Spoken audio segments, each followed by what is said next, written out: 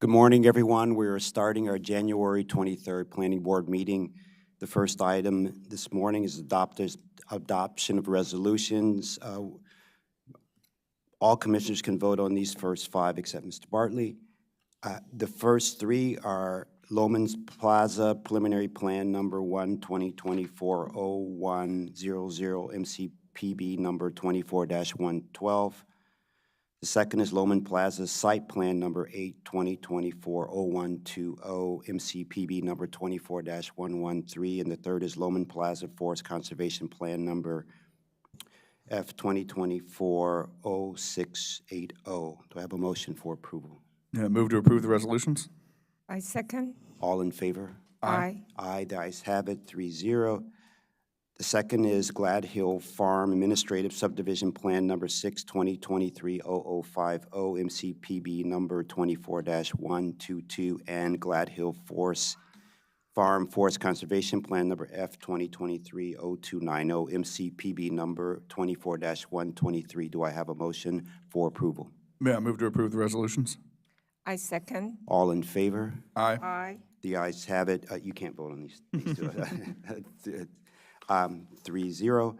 The next, all commissioners can vote. The first two are Wawa Burtonsville Preliminary Plan Number 1, 2024-0160, MCPB Number 25-005. The second is Wawa Burtonsville Site Plan Number 8, 2024-0170, MCPB Number 25-006. And the third is Wawa Burtonsville Forest Conservation Plan Number F 2024-021A, MCPB Number 25-007. Do I have a motion for approval? Yeah, move to approve the resolutions. I second. All in favor? Aye. Aye. I have 4-0. The last three, Clarksville Chase Preliminary Plan Number 1, 2024-0040, MCPB Number 25-007, 25-002. The second is Clarksburg Chase Site Plan Number 8, 2024-0050, MCPB Number 25-003. And the last is Clarksburg Chase Forest Conservation Plan Number F 2024-0180, MCPB Number 25-004. Do I have a motion for approval? Yeah, move to approve the resolution. Second. All in favor? Aye. Aye, the ayes have it, 4-0. The next item is approval of minutes. We have two this morning, minutes of January 9th, 2025 open session and minutes of January 9th, 2025 closed session. Do I have a motion for approval? Yeah, move to approve the minutes. Second. All in favor? Aye. Ayes have it, 4-0. The next is item number 2, record plats. We have 7 record plats this morning. There are subdivision record plats for Ashford Wood. Do I have a motion for approval of these 7 plats? Yeah, move to approve the record plats. I second. All in favor? Aye. The ayes have it. The next item is regulatory extension requests. They have one this morning, Darnestown Meadows Administrative Subdivision Number 6, 2024-0110, Regulatory Review Extension Request Number 3, where staff is recommending approval of the extension request. Do I have a motion for approval? Yeah, move to approve the extension request. I second. All in favor? Aye. The ayes have it, 4-0. Now we are going to our item number 4, roundtable discussion, where our Parks Director, Mitty Figueredo, will present this morning. Welcome. Thank you, Chair, and good morning, members of the Planning Board. You can see here that some of our county residents were having a good time in parks during our recent snowy weather, but a little bit later in this presentation, I'm going to get into what happens behind the scenes when we have a snow event like this. And last week, the chair toured Pope Farm. This is a little bit of a different set of circumstances for a Pope Farm tour than what people usually see, because the chair was obviously there in the middle of winter, which is interesting in a different way. But I would certainly encourage and invite you to come out again when all of the plants and trees are actually sort of in their growing phase. But you see there the chair pictured with some of the members of our horticulture, forestry, and environmental education team, and members of the community gardens team, and all kind of bundled up and enjoying the snowy weather. Soon, we're going to host, once again, I think this will be we've been doing this since 2004, I believe, so it's been more than 20 years of our Greenscapes Symposium that is hosted by Brookside Gardens every year and attended virtually by all kinds of people who work in the industry, landscape architects, designers, horticulturists, et cetera, who attend this event to learn more about sustainable landscape practices. And in particular this year, it looks like a really interesting lineup that's very much focused on selecting plants for sustainability in a situation where we're facing different pressures because of climate change. And in a little bit of good news, our Cultural Resources Stewardship section was awarded $10,000 that will help in the stewardship and preservation of the Montgomery Chapel Cemetery in Little Bennett. Those funds will be used to conduct a ground-penetrating radar survey to identify unmarked graves in the cemetery so we can ensure their protection during future cemetery management. Any remaining funds left over that will go towards tombstone repair and preservation or some interpretive signage installation. This cemetery is one of the last remaining sites of African American community that once existed in that area, and we believe its presence is critical to understanding that history. On the right there, you can see an image of the cemetery from Frederick Road in Hyattstown. This is within Little Bennett Regional Park, and on the left there, you can see some park staff cleaning a grave marker at a recent cemetery preservation workshop that was conducted at Montgomery Chapel this past November. And now I want to shift to talking about some of the behind-the-scenes work that goes into our snow removal efforts. And I have here with me Deputy Director Gary Burnett, and his staff are the ones who take this effort on. I don't think we've had a significant snow event. We certainly didn't have one. It's been 3 years since we've had one. So I'm going to tell you a little bit about how we do this. We can go to the next slide. Every year, we designate a snow commander, and this snow commander distributes the Weather Emergency Operations Plan to all of the divisional staff who need to know what we're doing in order to implement it in October, and they make sure it's all up to date. And then in November, they hold a staff meeting to review the final version of this plan and make sure everyone's on the same page. We rotate the snow commander every year. This year, it was Jen Scully, who you see pictured here in this slide. Last year, it was Jeff Brightwell, and next year, it's going to be Todd Holmes from our southern region. The pre-planning for the snowstorm involves several key actions. The snow commander follows very closely local and national weather forecasts to make a decision about when to initiate pre-planning for an event that we know is coming. They're also responsible for communicating with point of contacts from each division so that they can begin deployment when the time is right, and also to coordinate communication with public affairs and community partnerships with basically our media relations people to make sure we are relaying all of the weather-related closures and delays and cancellations with members of the public.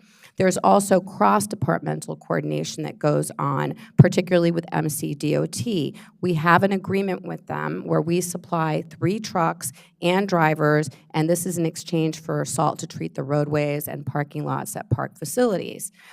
We also have our staff who are involved in snow removal take salt applicator training, and they attend WSSC Salt Summit meetings as part of this pre-planning process.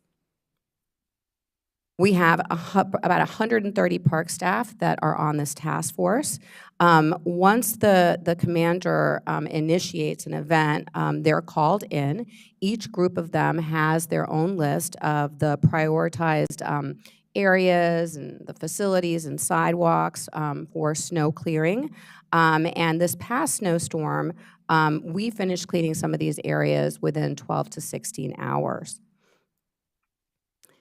And of course, to the Parks Department, environmental stewardship is a very high priority. It's a critical part of our mission. So we take this into account and want to balance our snow clearing efforts, which of course are, very oriented toward safety, with making sure that we are minimizing the impact on our natural environment. So we practice best management practices in storage, handling, application, things like making sure that our vehicles continue to move during application.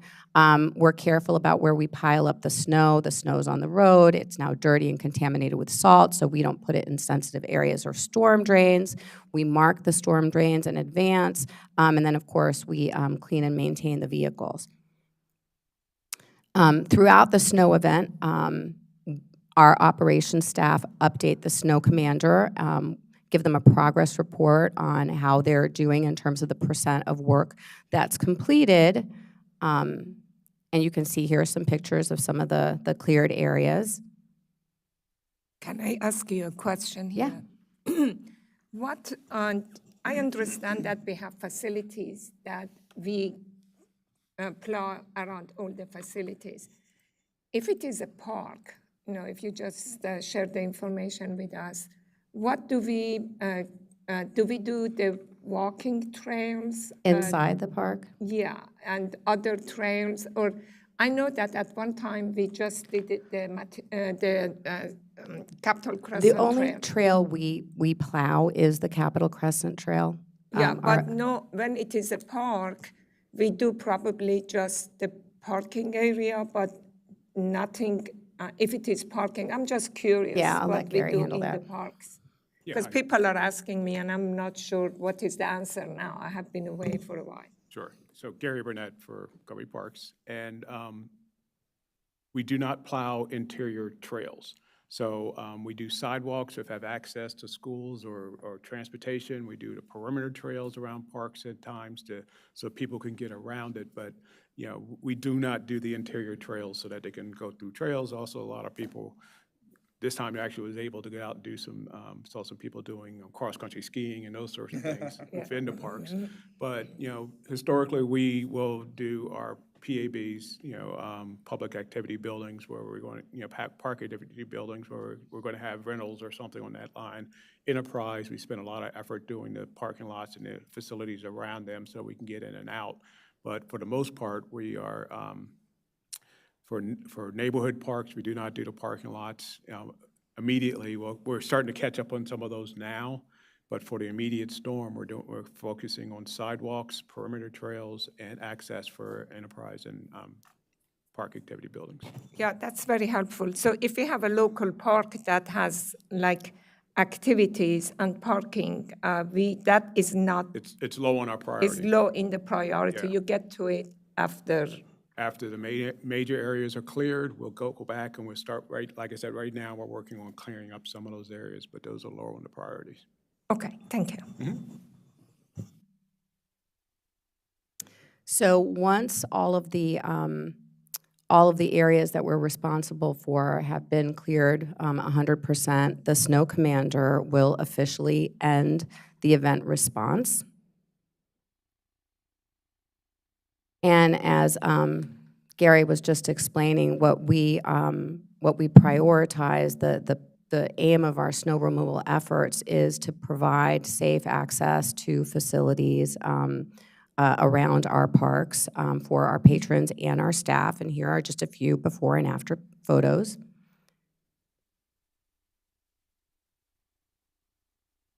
And with that, we'll take any more questions if you have them. Do any of the board members have questions? Or? Yeah, well, I'll go ahead. I have a comment. I appreciate the insight because I was driving around and I saw staged parked trucks with snow plows, and I was very impressed to see them like at the ready during the event. So thanks for that report. Yeah, and thank you. It's great to know that you guys are on it. You have a plan, and you start out in November, checking on things, the equipment, and everything you're going to do. And I'm glad you have a leader, a snow commander.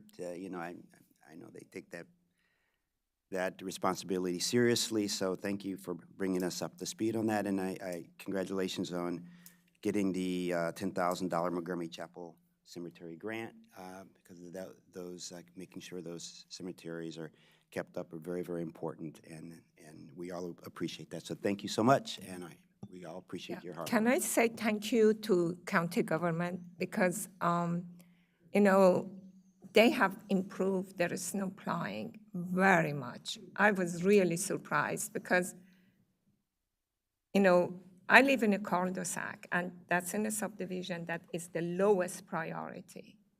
And I remember a few years ago, before pandemic, that we had a major, you know, snow. Sometimes it would take a week that they could come. I was pleasantly surprised. It was within 24 hours. I don't know what they have been doing or whatever they're doing a good job. And I'm sure that, and I know that, and I think that Parks Department still gives some help, provides some help to county government, correct? Yeah, That- we provide 3 vehicles to assist with plowing. And one thing they've done, which is very, very good, is they now have, basically iPads in all the vehicles. And so their route and their plowing, they can immediately know where they're plowing and what's been plowed, and that's helping in getting out to the Whatever they're neighborhoods doing, faster. it works. Yeah. So, thank you. Yeah, thank you so much, Vice Chair, because they know you live there. See. Yeah. So, yeah, you're special. So we're going to take a 2-minute break, and we'll start with our next item, item number 9, legislative update. Thank you.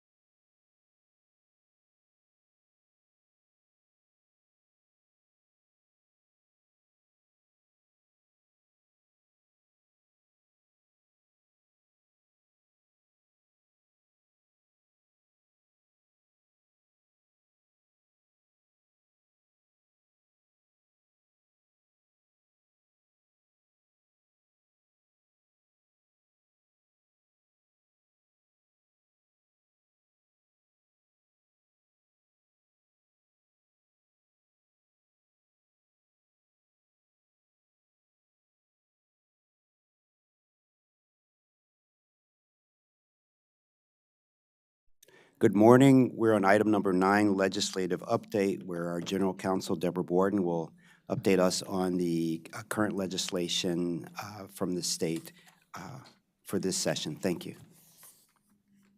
Thank you, Mr. Chair, and good morning to the planning board members. I'm Deborah Borden, for the record, General Counsel, and with me is Jordan Balcom-Colbert, our legislative liaison. So I have 3 bills for you today, and actually one is going to be just for discussion because it's the Governor's Housing for Jobs bill that we only just received, I believe it was a day ago or two days ago. We had up to then only had a synopsis or summary of the proposed bill, but now we have the actual bill. So we've been able to put together a very sort of basic set of proposed comments on that bill. But now that we have the actual language, we'll dig back into it and bring that bill back to you before we finalize anything. But this is good because this bill is a continuation of the governor's push last year on affordable housing. And so this bill, I will put it up on the screen so you know what I'm talking about. Let's see. Yeah. Okay. Just move my cursor out of the way. Okay, so the bill number is HB 503 SB 430. And let me just move this. I will make this bigger.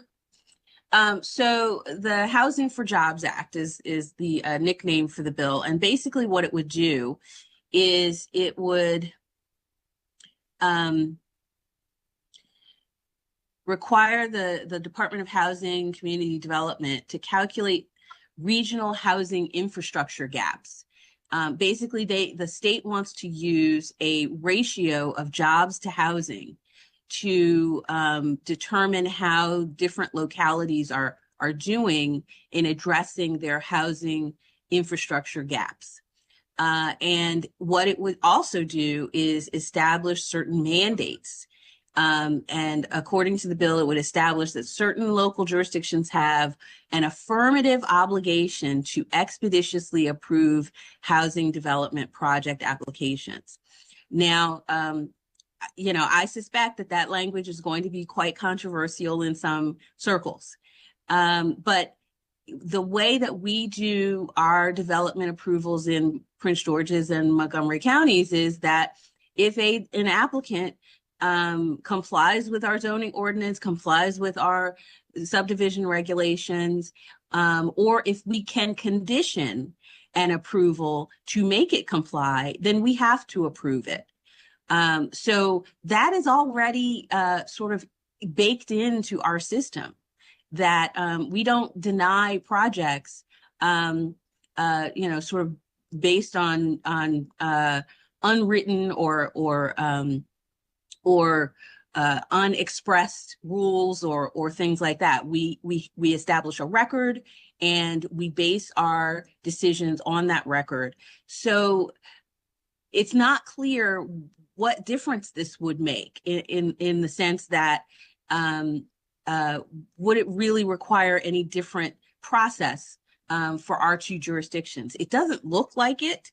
It is somewhat concerning because it does seem to give a bit of a window for applicants who maybe don't like a condition that they've received, to try to say that the condition has resulted in the inability to move forward with their project. So we're going to be looking at that language and looking to see if that's, a possibility, a possible outcome of this. But for the most part, it doesn't look like this would have that much actual on the ground impact for us. There are other things in here, including just the discussion of, sort of a jobs to housing ratio. That is a new thing for the state to be looking into. So we want to try to make sure that statistically, what they're looking at it is relevant. And so we have some comments designed to sort of focus them on the type of data that they're comparing, so to make sure that they are actually comparing data that makes sense. So I'll stop there. We just wanted a discussion. We wanted to make sure that you're aware that this is out here and that you're thinking about any impacts, that you have our draft comments, although they will be refined over the next week or so, and then we will bring this bill back to you. So I'll stop there and see if anyone has any comments. I have a question. Are these two highlighted section of the bill, are they related? I thought that, of course, it was very vague for me when I was reviewing it. When it talks about housing infrastructure gaps, I thought they were talking about infrastructure, the public facilities. But I understand that. No, they're talking about housing. Yeah. So is that, if they find that the gap exists, then I thought that the second one is related to the first one. That means that if there is a gap, then the housing development has to be approved. And I do not know if it is just a broader thing. I thought these two are related. Yes, they are related. They're going to do a calculation that, again, we want to make sure that their calculation is based on the proper data. And actually, if Jason is there, he has a lot more information about this than I do. I only play a planner on TV. I'm not actually one. So, please weigh in, Jason, but it's my understanding that they want to take a calculation, apply it to the various localities, and then if your jobs to housing ratio is not high enough, then you will be expected, you as the locality will be expected to adhere to this requirement, that you basically default to yes on any housing application that comes before you. Thank you. We have some. Yeah, I'll just say, hi, Bridget Breuer, Deputy Director. Robert Cronenberg is on the line, but we have our housing expert, Lisa Gavoni, here to offer a little bit more insight. Lisa Gavoni for the record. So what Ms. Bourne is alluding to is the fact that we have a little bit of concerns about the data sources that are being used. We have our jobs to housing ratio is much more aligned with what a 1.0 instead of a 1.5 using BLS data. And so they use a different data source than we think they should be using. Of course, it's not up to us, but we wanted to make sure that they understand our concern about why using a different data source than we think is the best resource for this type of jobs to housing ratio. Is there any reason that they're using BLS or BEA data when the ACS is available, or is there just, there's a variety of sources that one could use. I think you're absolutely right, BEA data is not the correct one to use in this regard. But is there any reason they're not using the ACS, or that they haven't? We're not sure. We also have concerns about using the BEA data. Mr. Kraft in research, who does a lot of our employment work, noted that the BEA is no longer producing county-level employment data, so it's generally not going to be the best resource going forward. We're not sure why they chose the data that they did. We can certainly circle back with them to better understand that. I think we, with our statement, we are trying to better understand the data sources that they are using and why. So when they say jobs to the housing, so the expectation is that wherever the jobs are, housing should be there? Is that the goal? How do they relate? Because a lot of people from different parts travel, or they may even telework. So I do not know how this could be, they relate them together. Sure. So they're basically looking at the number of jobs that we have and the number of housing units, and if they're out of line, if we have more jobs than we do housing units, then we should be reducing more housing to meet the number of jobs. For a local, for Maryland, or for Montgomery County, for each? So they're actually doing it by region. So we would be in the Washington region with Montgomery County, Prince George's, and Oh, Frederick. okay. Yeah, so, thank you for continuing, to analyze this. It's just really important. Big picture, I see what they're trying to say is that housing is infrastructure, and also it's also economic development too. And then both the state and the county need more economic development, and we definitely need more housing. So I understand that piece. Do you know if this model, where this was modeled, like are there other jurisdictions in the country that use this model, or do you have any sense of that? I'm not sure. I think that's something else that we could follow up on. I think you're right. Like the merits of the bill are there, and we definitely, that's something that the planning board and the county council have emphasized, very much so, that housing is infrastructure and that we need to be building more housing. But I think that we're not quite sure of, what was the inspiration for the bill. Right. And another piece is they say they give instances where it can be denied. And one is if there's 100% school capacity. Well, one of the things is that our school, how we measure school capacity is maybe different than how they do it. And so, as I recall, some school can be at 100% school capacity, but it can still be approved. But so we also, I think, need to kind of, if it does move forward, how to make sure that we aren't penalized because we look at school capacity in a different way. I have, Yes, please. I can sort of point by point through the comments. I can go in and make comments. I thought they were all very good. Like there's measurement considerations and issues all through here, that how you put together the ratio, where you're getting the data from, how you measure 3/4 of a mile. But I think overall, I'm still on a more conceptual level. Why are we chasing jobs is the thing. Housing is, at the very least, interactive with the economic development, if not preceding the economic development. Economic development is how and where people spend their money.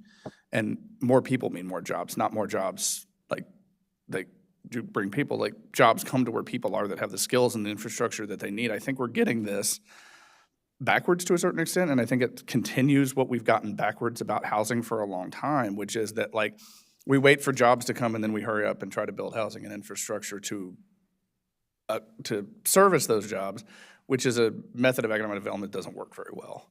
And there's like a reams of research on when businesses decide to move and everything. I don't think this is bad by any means in the overview that they've given in the justification. I just think it still is a backwards approach to the housing that we need, is that why wait for the ratio to be 1.5 before we build housing? You build housing and you will create the economic development that you want. There's a conceptual issue here that I still think is going to restrict its ability to actually produce the units that we want. And so I think it's worth considering that in addition to the fine details of measurement and everything like that. I think the measurement issues are well addressed here, and all of them I fully support within the comments that are on the bill recommendations to consider. I just think there's a conceptual issue here, and this is not. If this worked, we wouldn't have a housing crisis in Montgomery County, because this is what we've been trying to do. And as the chair said, we approve things if they meet the requirements that we have. We can't, really turn it down. And if this worked, we would not be in a situation in which housing prices have increased 50% over the last 5 years. So I think it's worth thinking about asking them to reconsider conceptually how they're arranging this, and that the underlying motivation of it may be somewhat backwards for producing the units that they want, or that we all want. Well, if I can address a little piece of that, I do think that this bill, like so many of the bills last year, were not really targeted at us. Understand, and I get that. I understand that sort of like they're not taking a pot shot at us. I'm thinking that we have in Montgomery County the reason it's not targeted us is that we're trying to move somewhat beyond this to address the housing crisis that we have, and this is somewhat the way we've looked at the housing crisis in the past, is that the jobs come and then we build to the jobs, but the jobs don't come unless you build. And I think that's part of the issue. I think there's a conceptual thing that's here. And yeah, I mean, mostly it's basically like, stop disapproving things in Howard County or whatever. Don't want to target Howard County. I'm sure they're all lovely. But I just think conceptually, it's a situation I think it's worth addressing, why this is the approach we've decided to take structurally to addressing the housing problem. So all good Understood. points. I do feel that if you had enough housing on the supply side, that the prices would be down, and employers, if they feel that this is a low cost of living area, they're more likely I agree with that. And if someone could also game this the other way, it's not the intention, but you can get your ratio down by just having less jobs. Yeah. Right, yeah, right. But we're going to look at Yeah. all of this, and I know what their intent is, but we'll keep researching, and can provide our final comments once we've finished that research. But thank you, Ms. Borden, for bringing this to us. And you had a couple of more, correct? Yes, I do. And thank you for those comments. Those are very helpful to us in crafting a statement or crafting comments that will be reflective of the board's position. Okay, so next, oh, go ahead. Oh, I just did want to say one time, it is nice to see housing bills come out in general. I feel like I jumped right to criticism. And I've been doing, this first time in quite some time that we've seen real housing bills, housing movement. So that is all to the good. I just want to make sure that's in there. I would like to concur with Commissioner Hedrick on this, and I think he's got great insight, because we had some presentations that dealt with housing projections, and I think that is a more accurate forecast of what is needed, and I would just like to join on Commissioner Hedrick's comments with regards to housing is needed first before jobs, and so I think that's great insight. Thanks. Okay, so I'll move on to the next bill, which is somewhat related. Actually, HB 38, School Construction and Housing, School Zones, and Adequate Public Facilities Ordinances. So again, the state is suggesting that APFO has been used in some cases to deny housing applications, housing projects based on school capacity. And so they are trying to address this issue. So HB 38 would prohibit a county's APFO from denying a housing development for more than 30 years. It says in the bill after enactment, but I'm sure that what they mean is after application of the APFO to that project. So that's something off the top that needs to be clarified. Enactment is not the right word. But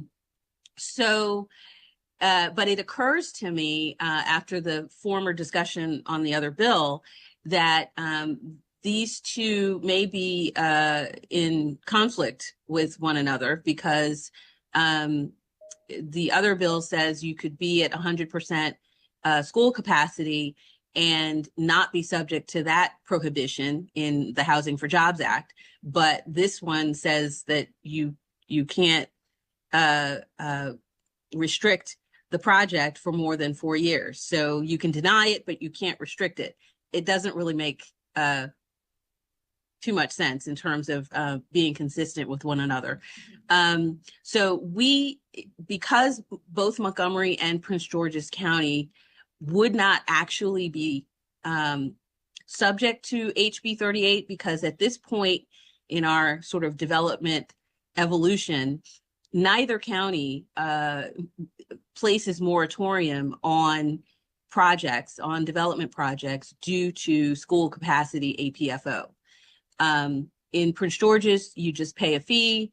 In Montgomery, you realize you don't hold projects anymore because of 100% school capacity. There are other mechanisms in place. And so our recommendation is that we put together an informational position, not really a position statement, but just comments, because we have so much experience dealing with APFO, school capacity issues, and development in our two counties. So we are happy to put together some various comments, and I'll stop there and see if staff or the commissioners have any comments. I would feel that information is good enough. We don't have to take a stand on it.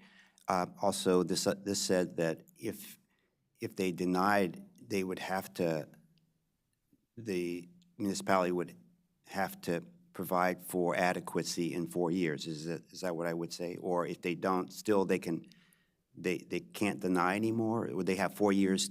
Is that what I hear, that the They would just municipality have has to 4? let the, Okay. yeah, they would just have to let the project proceed after 4 years. Yeah. I would recommend just providing information on this, but I want comments from the other board members. Yeah. I was glad you brought up, I thought the same thing as I was reading through these, is that these two bills are in conflict. They say completely different things, and then I realized that one of them is the governor's bill and another is introduced by another delegate. So I assume there will be some back and forth with that. And I mean, this could perfectly well be a piece of the overall housing project if it were to replace, I think, the piece on APFO that currently exists. But I think that I think the informational part is good, and we have some experience with this, so I think it's worth giving the comments on them so that the bill does what I think they want it to do, as opposed to, conflicting with, other legislation. But yeah, I think it's good and informational. I think it's fun. What about the other board members? Do you have any questions, comments, Mr. Bartley? Okay. Okay. And the last bill we have is the HB 286, the Local Comprehensive Planning Planning Principles Bill. That's what we're calling it. It is an attempt by the state to take us from having the conversation about growth in the state. Smart growth used to be the tagline, the brand, and they want to turn that into sustainable growth.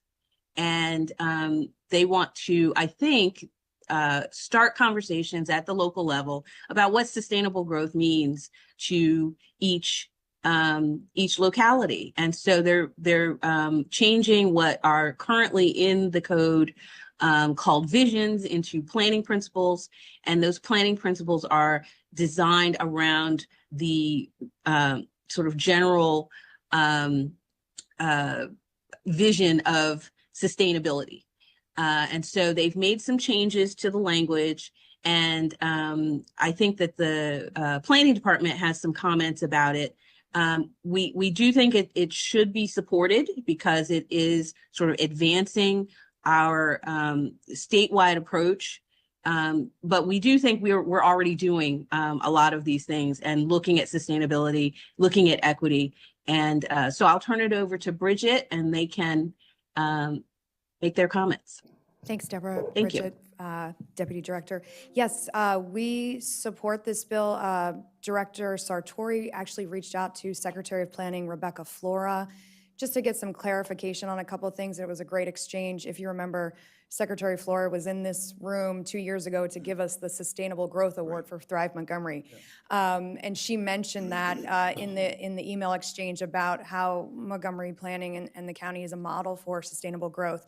So we're in support of this. There are a couple clarifying comments that we had a question about, but it's included in sort of an implementation guide, and we're in support of this. So I didn't know if there are any questions or comments on that. Go ahead. Anna. I just have a general question. This is good. I'm just wondering that, I guess that we are doing it with the help of Deborah. When these bills come and we support, or even though after it's approved, do we have a kind of tracking to see how it make impact to what we are doing, and if there is any kind of financial impact to the work that we do, just to assess that? I know that sometimes they say there is a fiscal implication, but we don't know exactly how much it is. So I'm wondering how we track these after April. Thanks for the question, Vice Chair Pedoweem. I'm actually going to let Deborah Jordan respond to that because there is a whole system behind the scenes of what we're tracking right now. There's a whole team looking at fiscal impacts. And then once it is approved, once the legislation is approved, then usually there's some action on the part of staff to make sure we're delivering reports. And I don't know, Deborah, if you have more to add on that front for Vice Chair Pedoeem. Well, yeah, we have an entire group that looks at fiscal impact of bills throughout the session. We put that together in our report, our annual report, and then we follow up with the departments that have anything in particular, anything that was particularly impactful for them. If they had to assign staff to cover something, or if they had to, if they're required to do new reporting. We follow up after the fact to make sure that they have the resources and that they know what is expected of them. Because we have found that, in sort of the history of the agency, there have been times where things have gone through without our active knowledge, or at least without the operating departments knowing about it. And they find out, when something is late. And so we want to make sure that that doesn't happen. But we do follow up with information about the resources that might be needed. We're very sensitive to that because we know that sometimes we just get dropped into a bill without any real research about how much something is going to actually cost to implement. Yeah. So does that answer your question? Yes, yes. Thank you so much. I do not know if you do it or not. I don't remember last year. It would be really good that when April comes, that all the bills have been approved, maybe you could give us a summary of things that would impact our process and, maybe some of our laws or some of our zoning or whatever changes are, and also fiscal and the staff impact. That would be very helpful. Thank you. We will make sure that's highlighted in the report. Yeah. So I Yes, had, thank you, Commissioner. yeah, thank you. Good questions. When I read this, I thought about it all felt good. All the things we're pushing for. Great principles around land. It says optimize land near existing infrastructure and facilities. It talked about housing, a mix of quality housing types. You know where I'm going with this, but it didn't have any. I don't know. Yes, it's a good principle statement, but I looked at, is there any enforcement? What is? So I'm for this, but I was just thinking, what if you don't? Is there any enforcement? I didn't see any enforcement in the bill.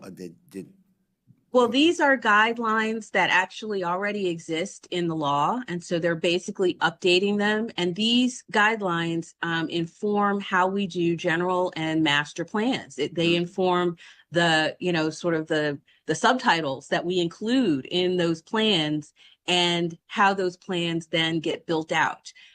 So, this is the foundation upon which all of our planning is supposed to be based in the state.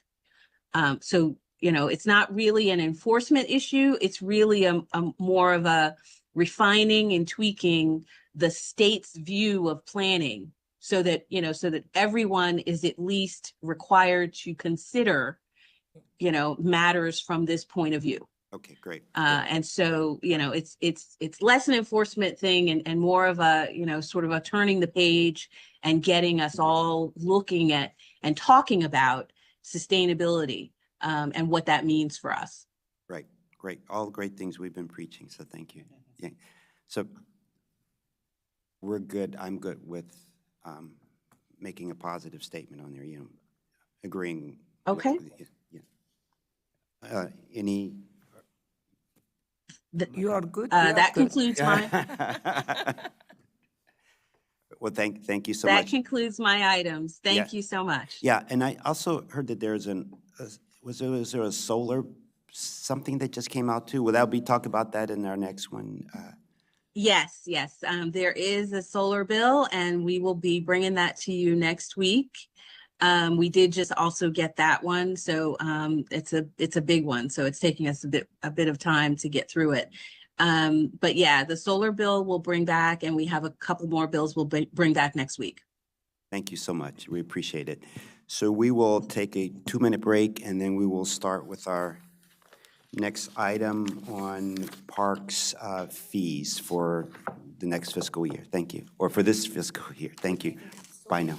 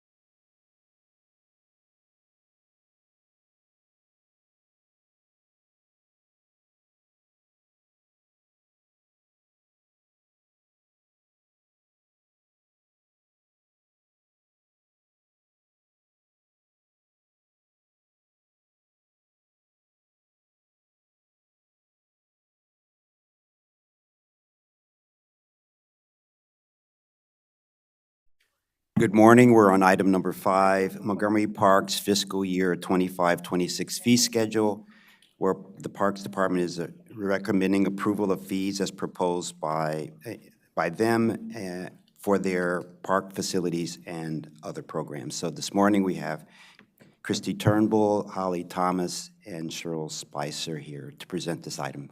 Good morning and welcome. Good morning. Thank you, Chair and members of the Planning Board. For the record, I'm Christy Turnbull, the Enterprise Division Chief, and I'm joined by Holly Thomas, the Chief of the Horticulture, Forestry, and Environmental Education Division, as well as Cheryl Spicer, with Cultural Resources Museum Section Supervisor of the Park Planning and Stewardship Division. We're here today to ask for approval for proposed fee increases that are charged within Montgomery Park's facilities, programs, and services. These fee recommendations are brought before the Planning Board on an annual basis or an as-needed basis. Prior to developing fee schedules for facilities and programs, staff conducts surveys of other local jurisdictions' user fees for similar facilities, programs, and services. These fee surveys start on page 25 in the packet. In addition to these fee surveys, staff analyze facility usage patterns and track attendance to draft these recommended fees. These fees are established at a level which is competitive with comparable public and private facilities and services in the area, can reasonably be expected to generate sufficient revenue to sustain administrative, operating, and maintenance costs, may generate surplus operating income to fund capital improvement projects at existing and developing facilities, and reflect user demand and patterns of use. As you are aware, the Enterprise Division is mandated by the County Council to be completely self-supporting, including facility operating costs, capital improvements, and debt service for new facilities. The enterprise functions of Brookside Gardens, which includes the rental program, Garden of Lights, and Wings of Fancy, are also required to be fully self-supporting.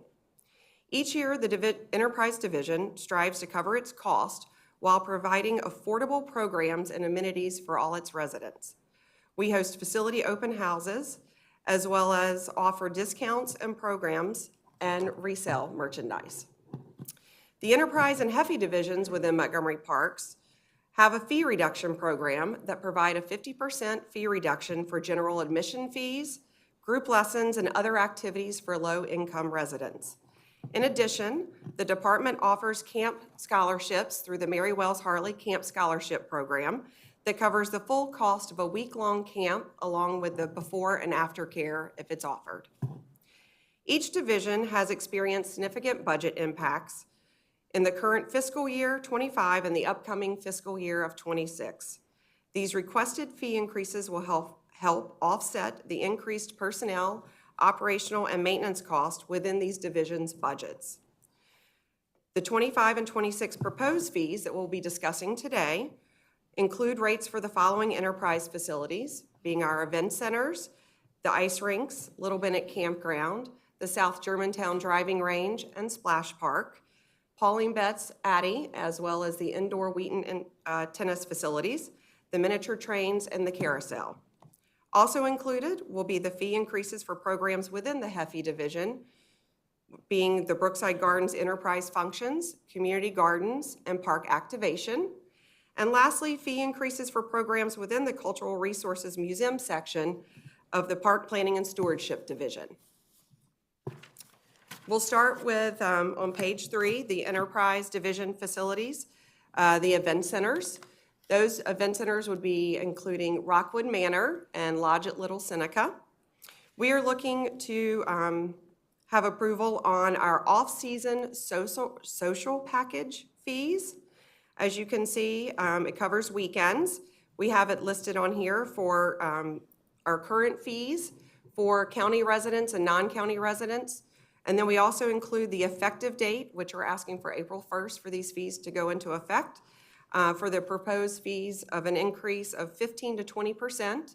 And we do charge our non-county residents roughly 20% more than we do our in-county residents on this chart here on page 3. We also have the justification for these fees with all the things I had mentioned previously with personnel cost, increase, our maintenance cost. We're doing CIP projects at all of our facilities, and some supply and material increases. Next, for the off-season, we have retreat packages that we created at Rockwood Manor. For those that you might have been there, we have overnight accommodations, which are very appealing to customers that would like to have their weddings there or any type of social event. These different types of retreats we created to help provide the customer something else. So we have retreat packages for 3 days and 2 nights, 4 days and 3 nights, and 5 days and 4 nights. What that includes is 85 guest overnight accommodations. And then they also get so many hours, depending on how many days they are booked, for the use of the manor house. And that includes the whole manor house there. Also included in these packages, we provide linens, towels, sheets, blankets, pillows, also do shower gel, shampoo, conditioner, anything you can think of to try and make your accommodation well attended there for each of these visitors. Again, we also charge for those more for out-of-county residents than we do in-county residents. When you say out of county, you mean by county, correct? Or is it just Montgomery County? I'm just curious. Sorry, by county, because we do offer Prince George's County in-county rates to the residents. Yes, ma'am. We have the Seneca Lodge. Also, we're looking to increase the off-season social package rates for that facility as well. For those event centers, we have not increased those fees in the past 10 years. So we do try and do gradual increases, but it's come to our attention with everything that's increasing, that's being passed along to us, that it would be time to increase those. For the ice rinks, we also have on here, we have 2 ice rinks in the area, being the Cabin John Ice Rink and the Wheaton Ice Arena. We are looking to increase some admission fees, as well as leased ice, specialized skate session being the freestyle admission, and then our dance studio and our party room fees. We do very small increases, as you can see, that's on page 5. So the last time these were updated were anytime from 2018 to 2022. So it's been several years since we've actually updated these fee increases. Our justification, again, for personnel costs that are increasing, we have capital improvement projects that are going to be taking place. You're probably aware that we will be closing the Wheaton Ice Arena coming up mid-April for 6 months to change out the refrigeration project over there. So we are putting a lot of money into these facilities to keep them to be really nice for all of the residents that we serve. We also have the Little Bennett Campground. If you haven't been to the Little Bennett Campground, it is certainly something special within Montgomery County. We have different tent sites, RV sites. We have full hookups for those that would like to come. We offer cabins. We have 3 different cabins. Some hold 4 people as well as some hold 6. We do offer pet-friendly cabins for those families that have pets that they would like to bring. And then we also have some yurts that we had set up to try, and for those that want a little bit more of a glamping experience than just a tent, they can try out our yurts, and we even have new canvas tents that we offer. So we're looking to increase that. At the campground, we also offer a by-county resident rate. And so we are looking to add on a weekend fee. We have not offered that before. Again, that goes back to your usage patterns when it's more in demand. And so we're looking to add on the weekend fee, but also increase those just a little bit towards both in-county residents and non-county residents. So just one of the things, so it's good that you mentioned early on about the lodges, that the reason why you're increasing by 15 to 20%, that you had not increased the fees in over 10 years. And so that I was initially concerned about, you know, why so high all at once, but by saying that makes me more comfortable, and just as a general recommendation, and I know some of it's because of pandemic and other things, but you know, for some people, it may be best, you know, to increase them gradually over every year, depending on your needs, and versus a one-time big. But I understand now why you're doing it have to do it. One, you have to cover your costs, you have to be sustaining, self-sustaining. So that makes me feel better about those recommendations. Thank you. Yes, absolutely. Also to share with you, in the past, we have requested fee increases, and sometimes those limits have been set fairly high to where we haven't even met that capacity of what we could charge for a facility. So we have been doing very gradual, but sometimes now that we're hitting that max capacity that we've had it approved at, we come back to you to ask for approval if we need to adjust something. I have a question. Yes, sir. The numbers, I know you can't go over every number, but one of the numbers that I'm really interested in are the admission fees and the increase in those fees. And so I know there's going to be a percentage increase, but can you give us an example of what the admission fee for the rinks would be, what the current fee is, and what the increase in the admission fee would be for the ice rinks? Oh, for the ice rinks? Yeah. Yes, sir. So we're only looking, if you're looking at the admission fees on page 5, the current fee for a child regular weekend is $8, and we're looking to go up $1 to $9. And if you compare those to the surveys that we have in the back, you'll also see all of our competitors that we more or less are competing for that the discretionary Rockville dollar or Sports Center customer. and stuff like that. We are still at the bottom comparative to the other facilities. I think you're more affordable. You're not at the Yes. bottom. Yes, yes, sir. Was that the answer to your question? Because just for the listening public, they're not going to necessarily go and look at the report. And so if you could give like what the increase would be, I think it's really helpful for the listening public. And when you do that type of comparison, most of the times the negative response would be, oh, they're increasing the fee. But when you look at how minimal the fee increase is, it won't be as objectionable if there's going to be any objection at all. So I was just wanting to have that on the record for the listening public to see how minimal the increase would be, especially taking into consideration if the fee hasn't been raised for 10 years. The cost of doing business has dramatically increased. And so, you know, the stewardship that you guys have exercised over the budget is really commendable and taking into consideration the minimal increase in the fee. So, you know, you need to be recognized for how good of a steward you all are and pointing out what the admission fee is now or in the past and what you're recommending, and it shows that it's a de minimis fee increase based upon the cost of doing business in the county. Yes, sir. And frankly, I think that I'm talking about myself. I'm perfectly fine if you guys get competitive, not to be the lowest. If the quality of the work that I know you guys doing fantastic job is good, people would come regardless of the delivery of the service. And, you know, being competitive makes it even better for you guys and everybody else. So I'm perfectly fine at one point if you want to reach that, but I'm talking about myself.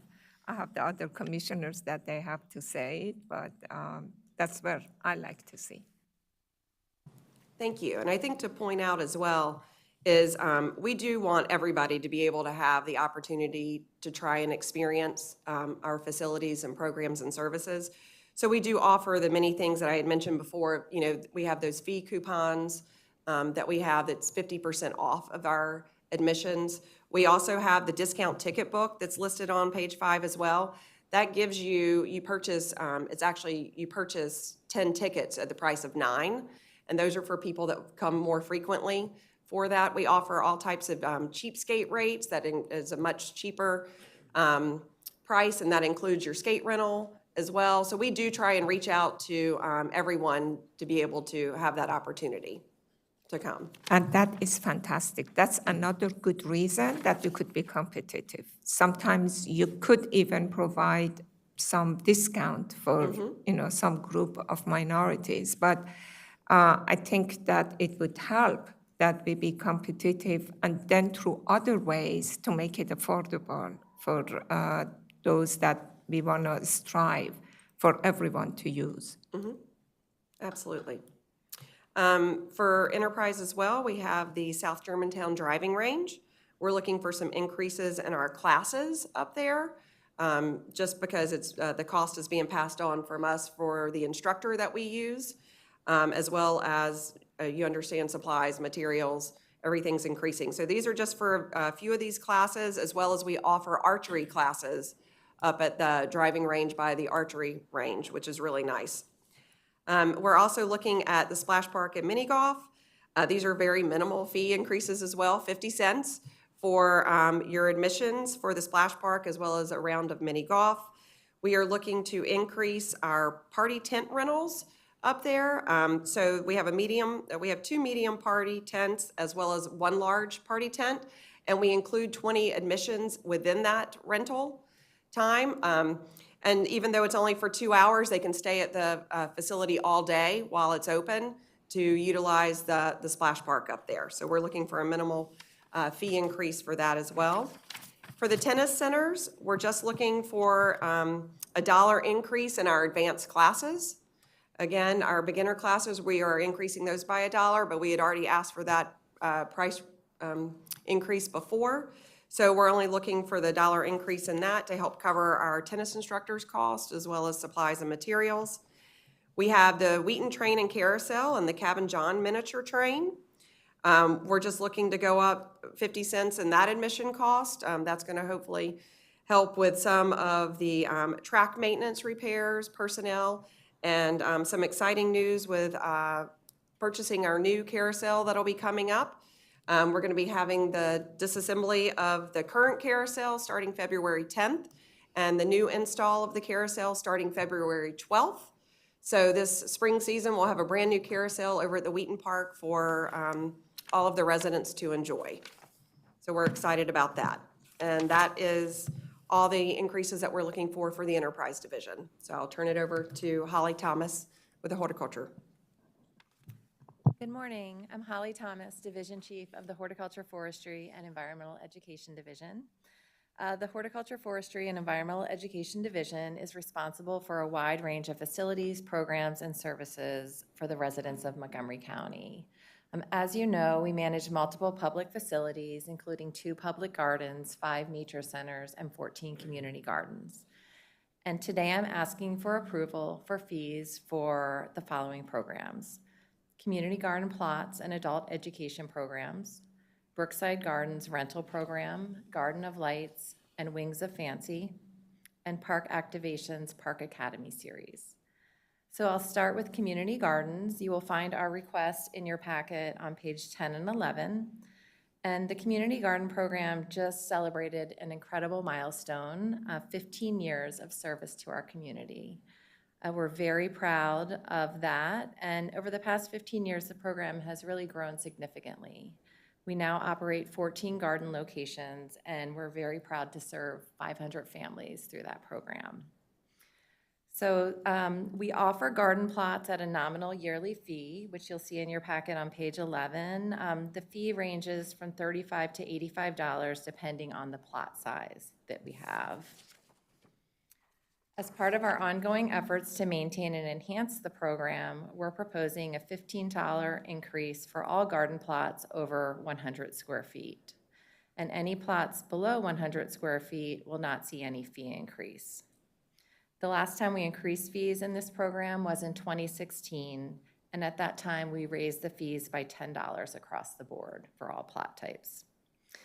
When comparing community garden programs in other jurisdictions, what was revealed was that our program offers more options, different garden types, sizes, better availability of essential materials and services, which we don't provide at an additional cost for participants. So those types of things are we provide water, so the gardeners don't have to carry that in. We provide compost and wood chips.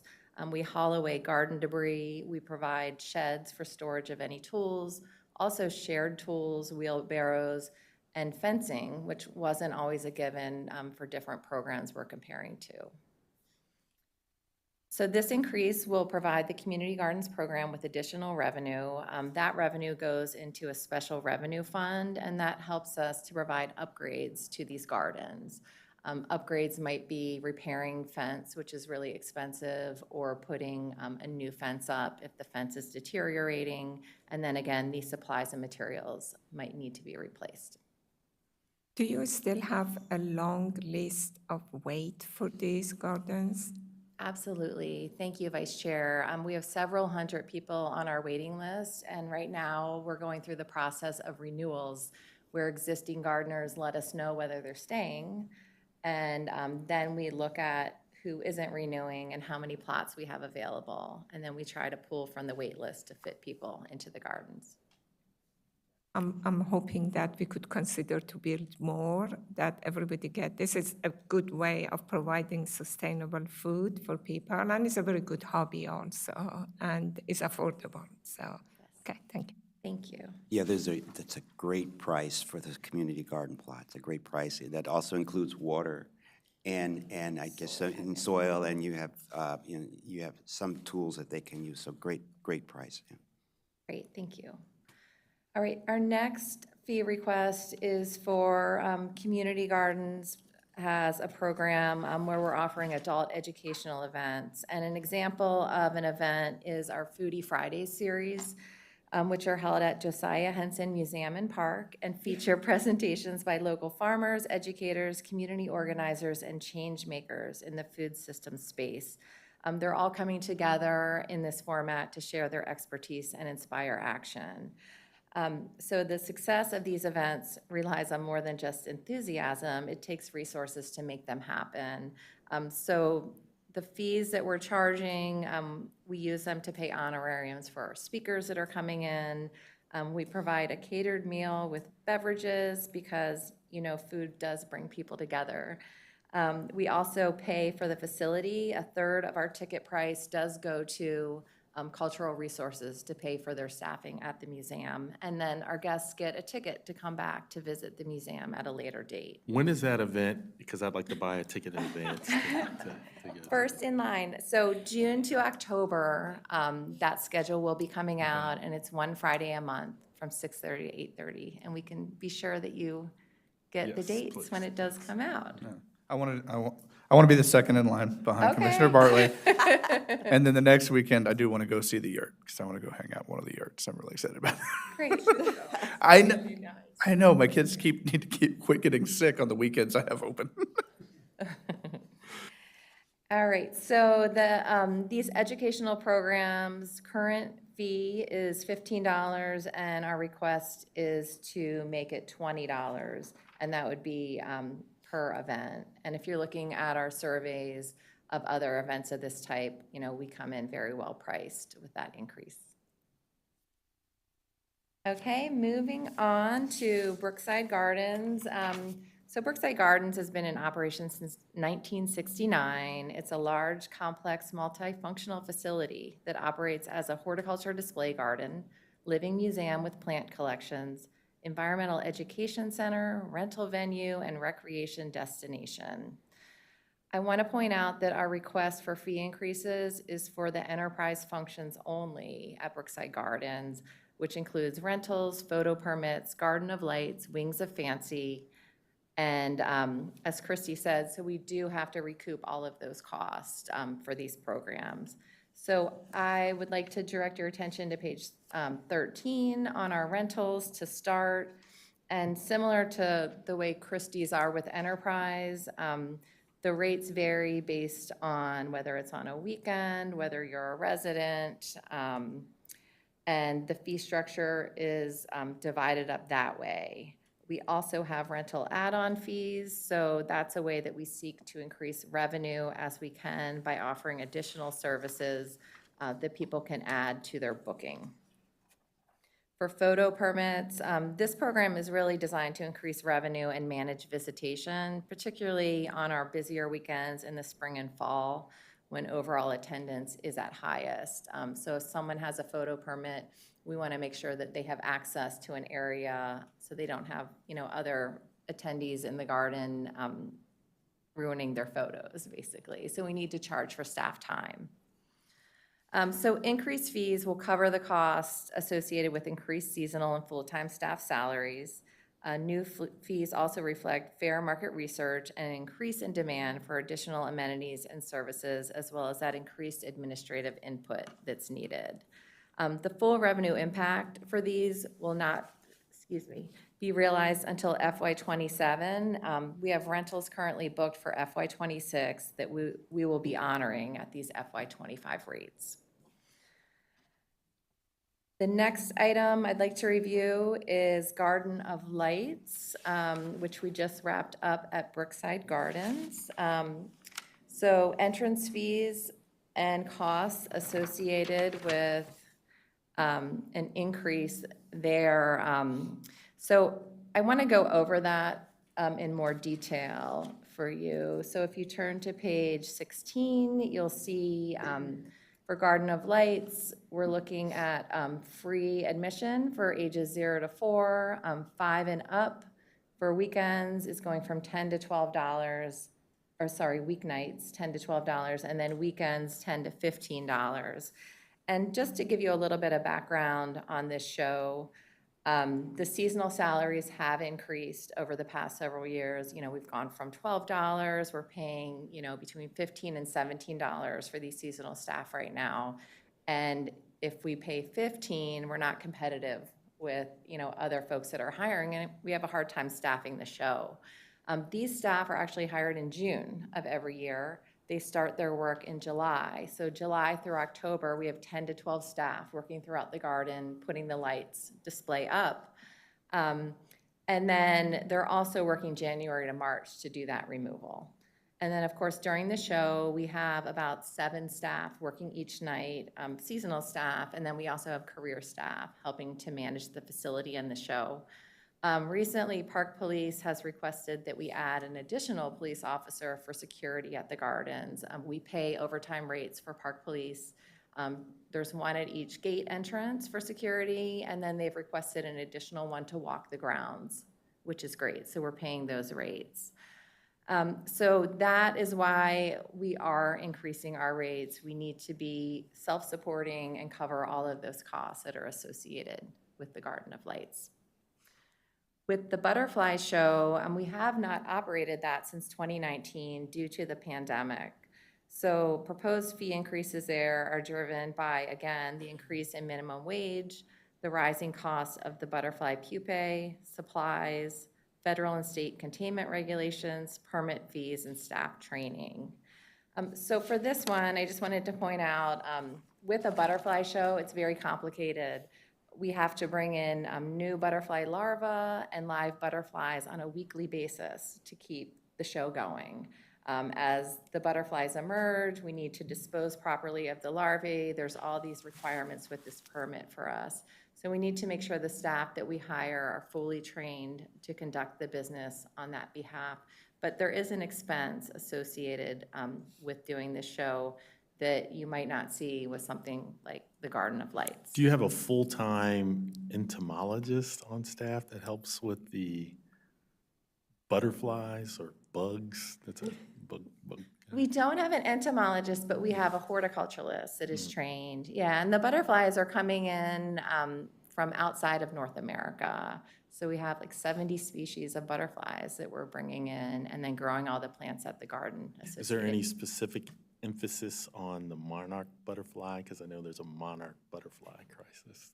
There's not a specific emphasis. Yeah, and so you know, I asked Stephanie Overly, the director of Brookside Gardens, why aren't we bringing in native butterflies? And she said it's very difficult to get them. There's about 6 species of native butterfly that they could bring in for the show. And she said that's not really enough to make a great show. They've spoken to staff at Ladue Gardens, and at Ladue, they actually have staff that go out into their own garden, harvest the butterflies, and bring them in for their show, which sounds very complex and complicated to keep it fresh and keep it going. The reason why I'm asking is because I'm aware of some legislation with regards to milkweed and trying to make sure we have enough milkweed in our natural areas so that the monarch butterfly migration and population increase. And so that's what my curiosity is with regards to monarch butterflies. Yet we're trying really hard to increase those populations through our native plant program, getting the milkweed back out into the parks, through our native plant sales, selling that plant to the general public. Yeah. And I think that one of the things that we hope with a program like this is that children and families come to see these butterflies in this setting, and I think they live their entire life cycle as part of this exhibit. But we kind of hope it gets parents and kids more excited about conserving our own native wildlife and butterflies. Thanks, Minnie. Okay, and finally, Park Activations Program. You'll recognize this section for putting on these fabulous events like Sligo Creek Fest and Montgomery Park's Ale Trail. They've also started a program called the Parks Academy. This series was launched as a pilot program in the spring of 2024. And the series includes multi-week classes and workshops like tree climbing for teens and 55-plus community, Nordic walking, pound fitness, dance, yoga, robotics, and coding. These programs are offered as a considerable community benefit. They align with the park activation goal of providing community-based programming and creating social connections through mutual interest in programming. And what we're trying to do with these programs is also to activate our park activity buildings, which might not get a lot of activity. So we're trying to get folks out to see that we have these facilities available for these programs, but also for rental. So the proposed fees that we have in the packet on page 17, our increase is accounting for the cost of the instructor, the scope of the activity, class size, level of instruction, instructor experience, and associated material costs. So you'll see like a science and technology program, we're proposing $35, but that comes along with supplies to do robotics and coding, which would be way more expensive than maybe an art-based program that comes in at $16 an hour, where craft supplies wouldn't be as expensive. So although that these are called park activation, is a separate branch of the free park activation that we have for people to come, because we have yoga, we have art, we have a lot of things in the parks that is for free that people come, but this is a separate branch. Yeah, it's under the leadership of Michael Coppersmith, so it's the same assistant division chief that runs the program, and he's hired a seasonal staff person to oversee offering this series. So that's additional work. Thank you. While I'm here, I want to ask a question about the Festival of Light. Who designs those? Is it a consultant? Because if it is year-long, do you do it in-house design, or do you have a consultant design? Great question, Vice Chair. So we do an internal design for that light show, and recently Stephanie Overly is taking a step back, and she's created a team at Brookside to work on designs moving forward so that they can freshen it up, because we have to be competitive. Yeah. So we want to keep it fresh and new.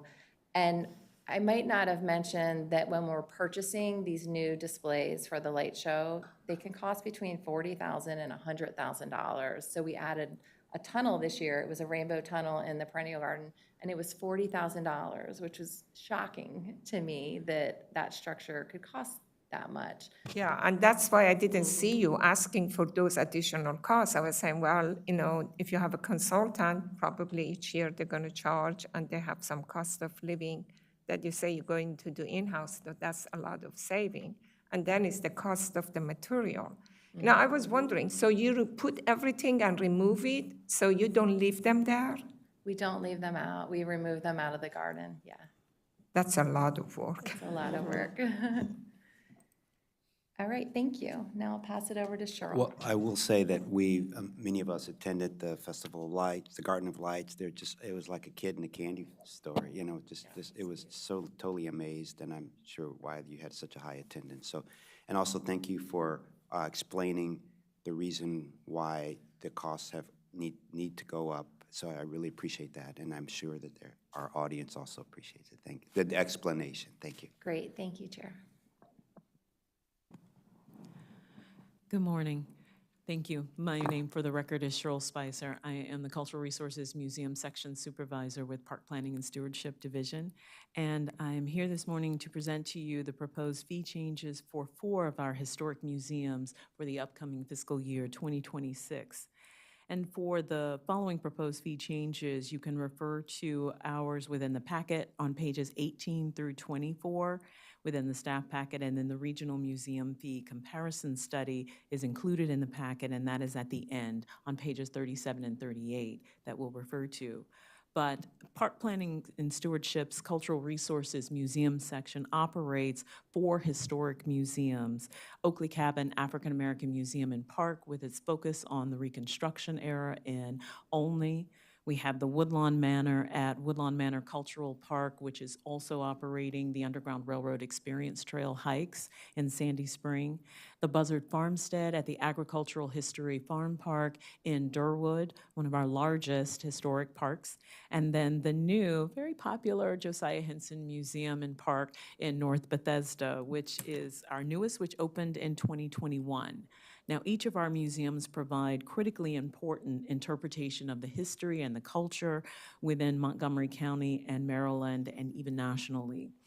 These educational public programs are designed also especially for students that align with Montgomery County Public Schools core curriculum. And each of the museums operate on a regular basis, albeit Oakley Cabin African American Museum and Park provides a limited public programming now due to current staffing shortages. In recent years, especially since the opening of the Josiah Henson Museum and Park in 2021, the museums have seen an increase in the demand of programming for senior adults.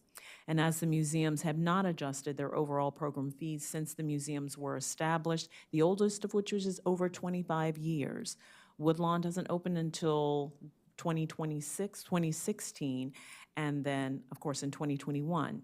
So from that, we've done several studies of market surveys of comparable area and regional museums, and developing our proposed fee changes to reflect this fair market research and the increase in demand for additional and diverse programming. So an increase in our overall program fees will help to cover the cost, as my colleagues have mentioned, associated with the increased staff salaries, especially for seasonals, as well as support for ongoing maintenance of the historic structures which house our museum facilities. And so to provide sufficient time to incorporate these increases into museum operations, we're proposing the increase to go into effect this upcoming fiscal year. For Woodlawn Manor Cultural Park, which is in Sandy Spring, the Woodlawn Museum has within it a large multifunctional park that houses 6 historic buildings along with the trail. The fees that we are requesting an increase on are solely the general admission and group fees. Again, we have not had any adjustment to our fees since this museum has been in operation as a formal museum in 2016. And so we are looking for about a $2 increase from our current fee to the proposed fees for adult, senior, and children 6 to 17. All of our museums with children under the age of 6 or 5 and under are free. As we look at, and that's general admission, you will find within the packet there are varying rates within the general admission fees solely for the Woodlawn Museum, because it has 3 varying museum experiences. There is the experience of the Underground Railroad Trail hike. There is the experience of now tours of Woodlawn Manor now that the house has been restored and open to the public again after COVID. And then there is a package deal for those that come and can take the trail hike experience as well as visiting the museum. I'll add that the trail hike experience normally lasts anywhere from an hour and a half to 2 hours. And so to place that on top of a 3-story historic museum makes for a pretty long visit of about 3 to 4 hours for the really dedicated ones who are readers like myself. You could spend all day there. So there is that special pricing for those that would like a combination. Our group tour fees are adjusted for each of the museums. Again, it is divided into our Underground Railroad hike experience for adults and seniors. Those are the only fees that we're looking for adjustments. Our student fees remain the same. We have not adjusted our student fees since inception. We are not looking to do so. We are not looking to create any type of additional financial burden on our school systems. And we have, our group tours are the bulk of our visitation for each of the museums. So you'll find our Underground Railroad hike has an increase of $2, and where it says our seniors usually have a discounted rate of $1 beneath that of an adult.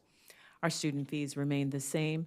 The Manor and Museum has a package rate of $8 with an increase of $2, and $1 increase for our seniors. And then there is the Day at Woodlawn package, which includes an abbreviated Underground Railroad hike experience, a self-guided tour of the museum, as well as a brief tour of the Manor House. And that package for any person is $15. Again, that's adult and children and seniors, and then children under 5 are free. With the additional revenue that we hope to gain through these increases, what we will find, and I did some quick mathematics, is that adds for us an additional seasonal staff member when we are able to increase these fees at this time. Moving on to the Josiah Henson Museum and Park, which is located in North Bethesda. One thing regarding the operating hours for the Woodlawn Museum and the Josiah Henson Museum and Park, they truly are in operation between Tuesday and Sunday. There are public hours Friday through Sunday for the general public to come and enjoy a walk-in experience, but then our group tours are mainly conducted between Tuesdays and Fridays, which aren't advertised but when you book, and that is the bulk of their visitation through the group tours, school groups, adult groups, and now more senior groups. So we want to expand our offerings for our senior groups that are coming through to all of the museums. So again, you'll find the general admission with an increase of $2 to the adult and senior and children fees. Also, with our group tours, the group fee here for group tours is $2 less than Woodlawn Manor because, again, there is a single experience here at the Josiah Henson Museum. It is just one entity that they are visiting and not 3 separate experiences as we have at Woodlawn Manor. So there is but a $2 increase for adults as well as for seniors. Again, there is no change for students coming through. Again, our additional revenue that we are expecting there will also add another seasonal to our staffing pool. The next is the Agricultural History Farm Park, the largest of Park's interpretive sites, spanning over 450 acres and operating as an interpretive site since the 1990s, has now full-time staff that are working towards developing solid group tour programs. Our focus is, again, on school groups, bringing them through. We will have our group fees established at $5. We'll continue that, $7 for adults. Again, seniors $4 with a $2 increase. Students, there is no fee there. And the other, which is located after this, is Oakley Cabin, African American Museum and Park and only. Oakley Cabin is the only of the museums that has a free general admission. Right now it is open on Saturdays, every other Saturday during the month. We are hoping to expand those openings once we can increase our staffing for Oakley Cabin to return it to where it was about 10 years ago. We were open every weekend during the month, but free. So it is the revenue that we're able to generate is through our group tours. And with an opportunity to expand our seasonal programming, our seasonal staffing, then we can bring in additional group tours to expand the offerings that are at Oakley Cabin. So we have also next on page 21, the business meeting rentals. Similar to Enterprise and offering a rental opportunity, what happened with museums after Enterprise left Woodlawn Manor Cultural Park in 2017, it was what I called Wedding Central. I know we have beautiful facilities, but I'm biased. It was truly beautiful at Woodlawn Manor. So once that was relocated, what it offered for staff there was an opportunity to capture a new audience that wanted a facility that they could rent for business meetings, for leadership experiences, to combine the trail and have an opportunity to meet in the house, to meet on the campus in a smaller group where you're looking at 200 and less. And so this is where our business meeting rates come online. They are offered for both bi-county and non-bi-county. And the only changes that we are requesting is the establishment of a refundable deposit due at a time of booking, as well as half of the rental payment. This aligns the museum's business meeting rental fees with enterprise facilities and the practice that is already in place, and covers the cost of staff time and site preparation that go into handling requests. One thing that we're finding, Woodlawn Manor Cultural Park, which has a popular run of business rentals, is that occasionally people will cancel. They'll book, the staff will prepare the site, they'll cancel other groups and cancel other experiences so that these business meetings can come, and then they cancel at the last minute. And so we've lost another opportunity to bring in revenue with this. So we just So we don't do wedding there? No, we don't do weddings. We leave the weddings to Enterprise, the experts. It used to be wedding there, it was beautiful. Yes, yes. It definitely used to be weddings there. So we have beautiful business meetings on the grounds. So when the business meetings cancel, you don't refund their deposit, do you? We haven't enacted a deposit as of yet. That's what we want to do, Yes, is to ensure that that they meet the obligation and that they do come and they honor their request. And so that's why it will be a refundable deposit, but then that half down sort of hopes to guarantee that their attendance for their rental. Is there any additional labor cost or expense lost when a business booking cancels? Yes, in seasonal staffing, because the site has to be prepared. Let's say that you have 100 people that want to come and they want both a trail experience for 1 hour, and then there is an hour and a half or a 90-minute meeting. The manor house has to be set up to accommodate them, as well as booking staff to come and conduct the trail experience. So while we may not have to cover the cost for the staff that would do this trail experience, we do have to cover the cost of the staff that are preparing the site for the meeting, that in-house, setting up the AV, ensuring that the caterer's been contacted, and all of those administrative tasks. Then I think the deposit should be non-refundable if there's those extra added expenses, because I think it harms the budget. It's a loss. You're operating at a loss. And so having a refundable deposit when you expend labor cost, I don't think it's fair to the citizens of Montgomery County. And having expended that money and then someone cancels, and then it's a loss on the books. And so I think it should be non-refundable so there's not a loss. I appreciate the comment. We can work with Enterprise on discussing that. Also, we do also have in place a half of a rental payment due to help support those costs also. But thank you for the comment.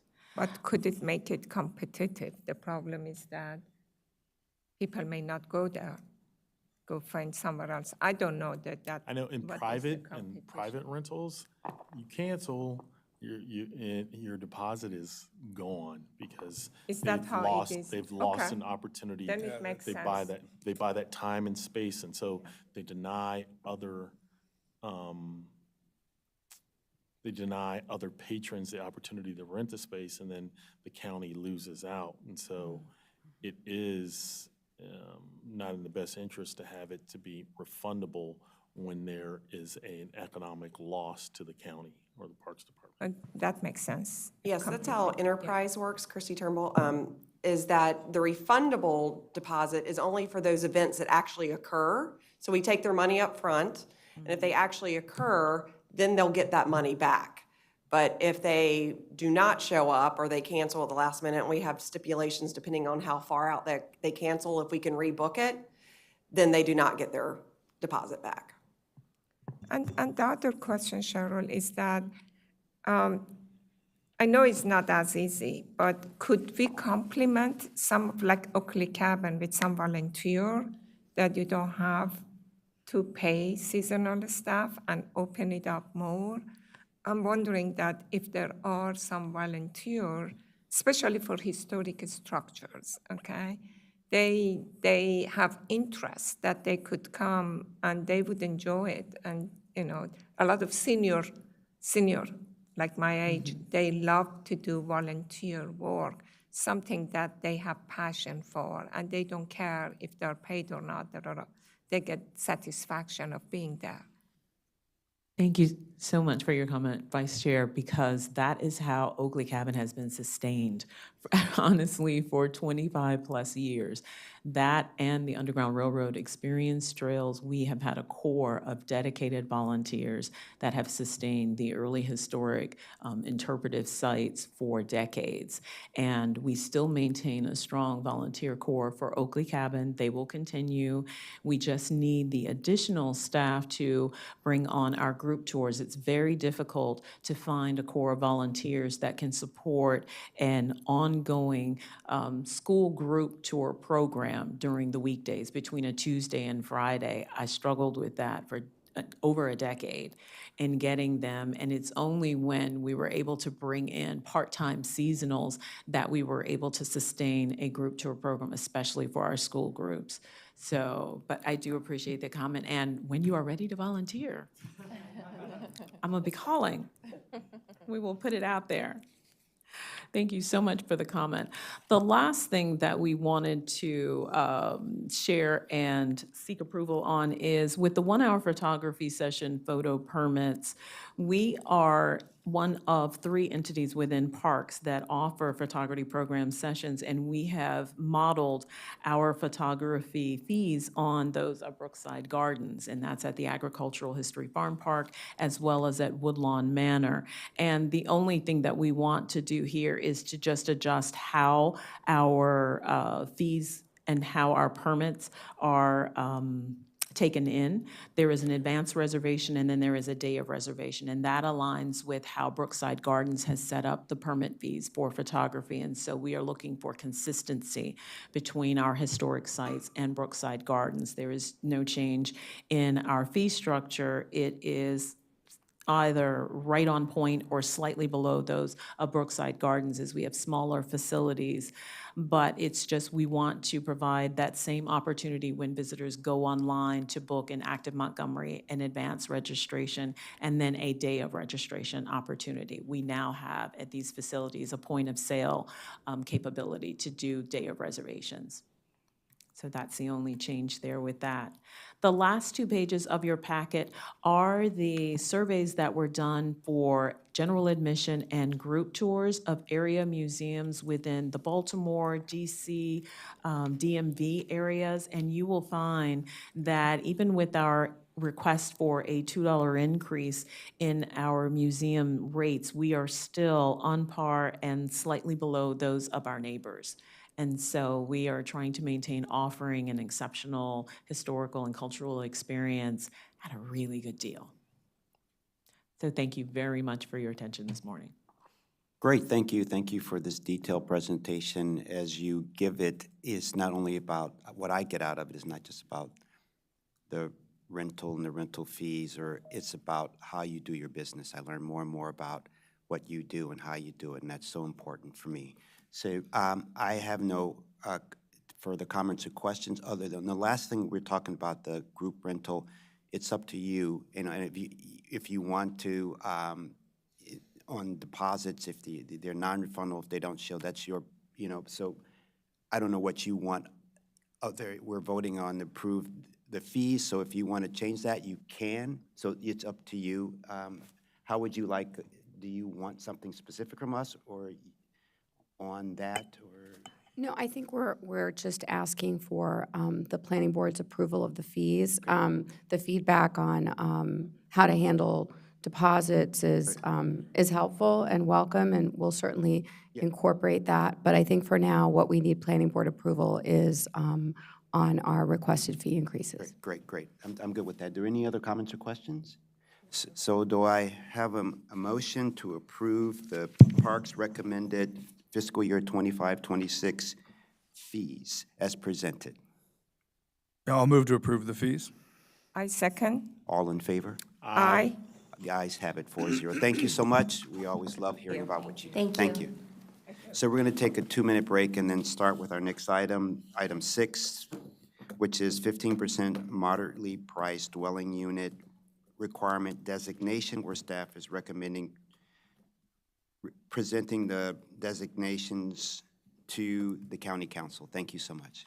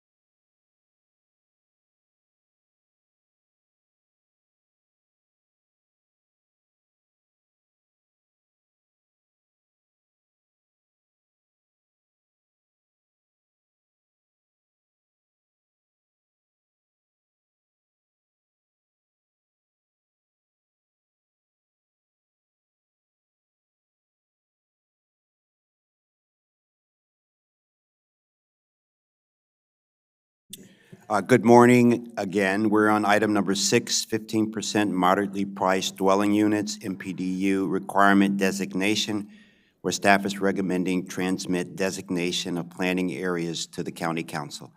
So this morning, we have Lisa Gavoni presenting this item. Welcome. Good morning, Good morning, Planning Board. I'm pleased to be here to talk about the designation of which planning areas have a 15% MPDU requirement. As a little bit of background, Montgomery County has what is believed to be the nation's first inclusionary zoning program, the Moderately Priced Dwelling Unit Program. The program requires a set-aside of affordable housing in all new developments over 20 units. The county generally has a minimum requirement of 12.5% MPDUs, but there are several circumstances where 15% may be required. The first is if a master plan sets that designation of 15%, Chapter 25A allows the planning board and the county council to set that at 15%. As you may remember, we talked about this last week with University Boulevard Corridor, and there are other plans, Great Seneca, Tacoma Park Minor Master Plan, Silver Spring, and Bethesda Downtown that have 15% requirements. If in master plans, there may also be site-specific requirements for 15%. If the master plan doesn't have a 15% designation as a whole, there might be specific sites where that recommendation for 15% is. There's also overlay zones. So Bethesda Downtown has an overlay zone called the Bethesda Overlay Zone, which sets 15% moderately priced dwelling unit requirement, but it also kind of changes the incentives like bonus density and bonus height, and generally the requirements providing 15%. And then finally, the last thing that we'll be talking today about is the high income planning areas. So in 2018, the MPDU law changed and now requires that 15% MPDUs are required in planning areas in which at least 45% of the census tract's acreage has a median household income of 150% of the countywide median household income. And we're going to walk through the methodology next. And the planning board must update the planning area designation for 15% every year.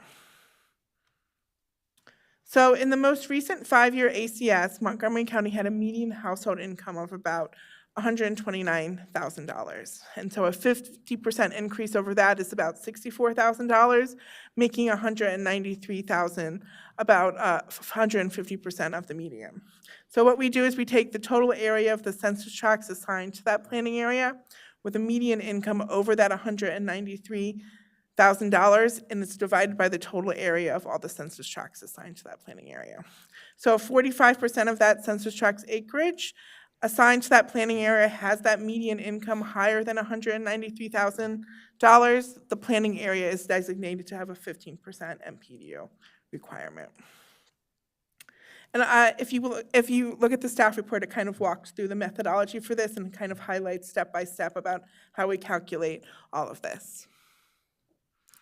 And so finally, in 2025, the planning areas that have a 15% requirement include Bethesda, Chevy Chase, Jarnstown, Kent Mill Four Corners, which is new in 2025, the Lower Seneca area, North Bethesda, Olney, which is new and also kind of a first foray into East County along with Kent Mill Four Corners, Poolsville, which is new in 2025 but had been in the designation in previous years too before it had fallen out, Potomac, and Travilla.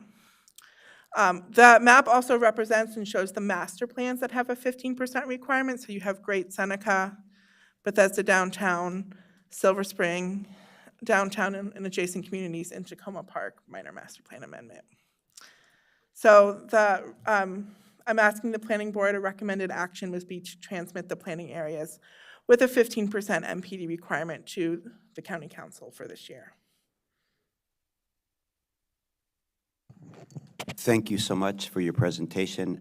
I was pleasantly surprised that Kent Mill Four Corners made it in as an East County one, especially as we're looking at the that quarter plan. So it was pleasantly surprised. So thank you so much.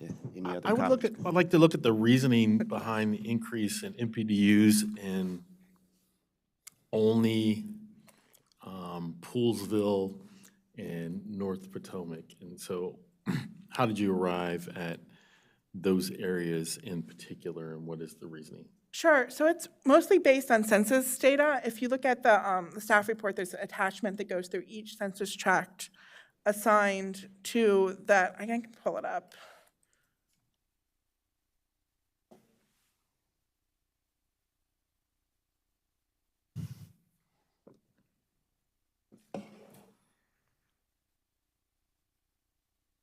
Attachment A.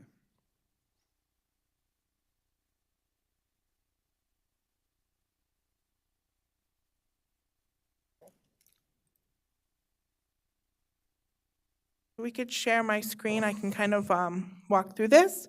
Sure. Yeah, it's good.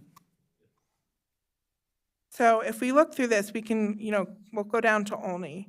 And I think one of the problems with this methodology is that Olney's a really big planning area, and there are a lot of high-income households there. So about 83% of the acreage in Olney has a high income, has a median household income that's higher than 150% of the median. So therefore, it would be designated to have 15% MPDUs. So the reason why I'm asking this is because there's certain characteristics about suburban communities that is highly desirable, and the reasoning behind the handsome incomes that the people have there might be related in some way to their economic success.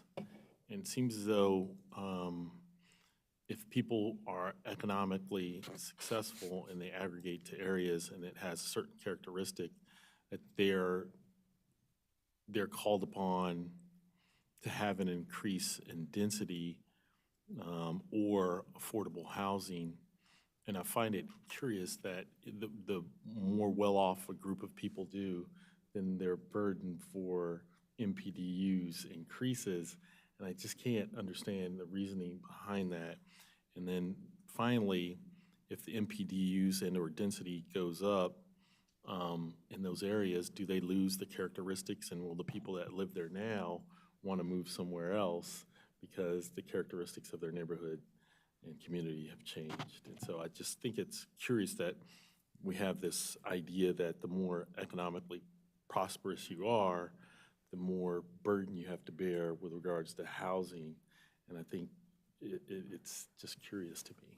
Sure. So in 2018, when the bill was being discussed, one of the reasons for the impetus for the bill is just this idea of mixed income housing and how those that live in mixed income housing are set up for better success in life.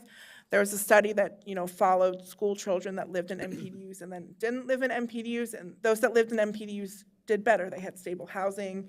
They performed better on academic tests, and I think that the sponsor of the bill wanted to see more of that integration economically.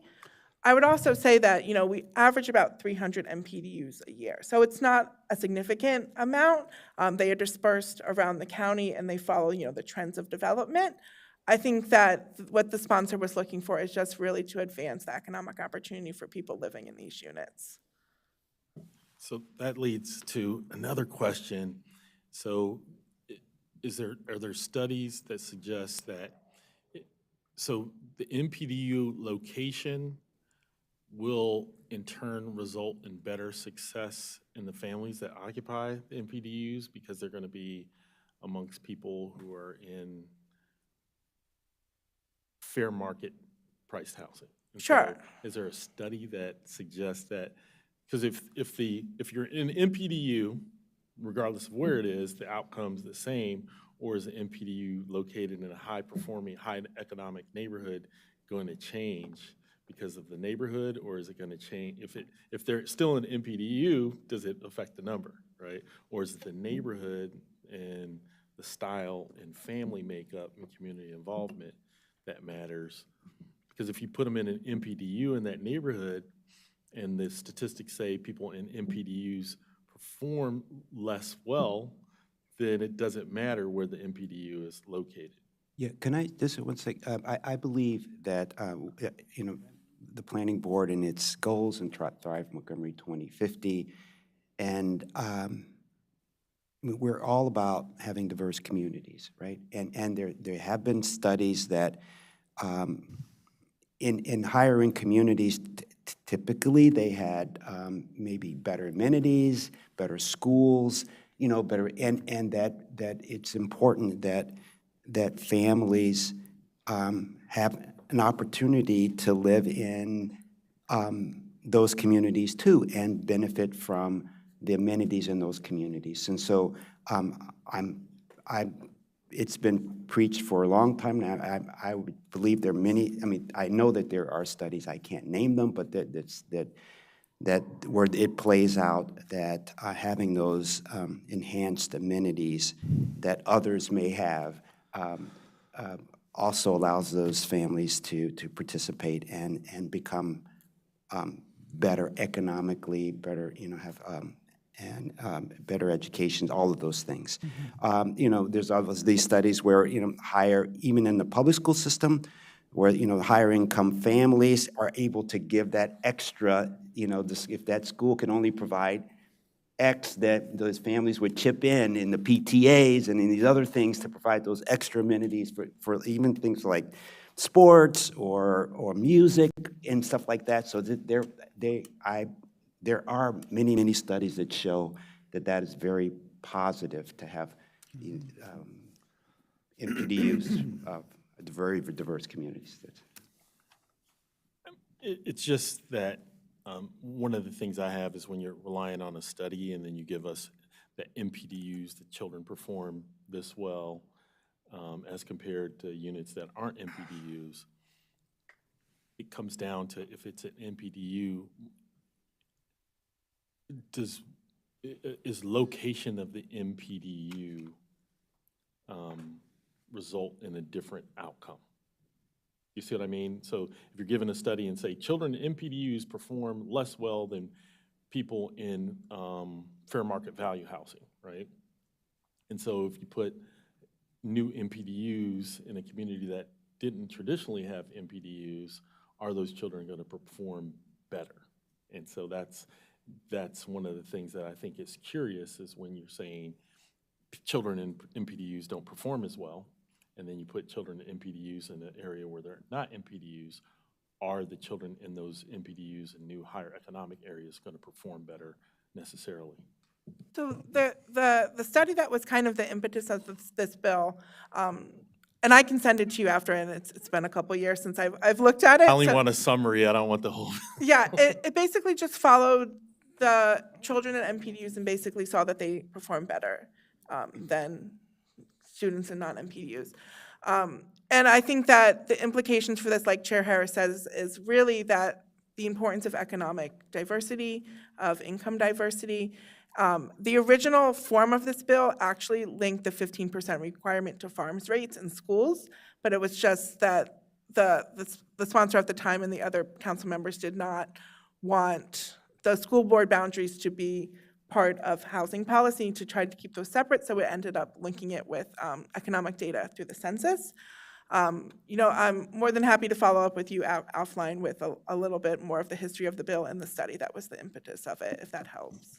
A summary would be helpful, but Sure. I think one of the things that's interesting, and I'll refer to a statement by Councilmember Mink, is that we need to come up with some kind of way where families can afford fair market value houses in neighborhoods and rather than MPDUs in neighborhoods.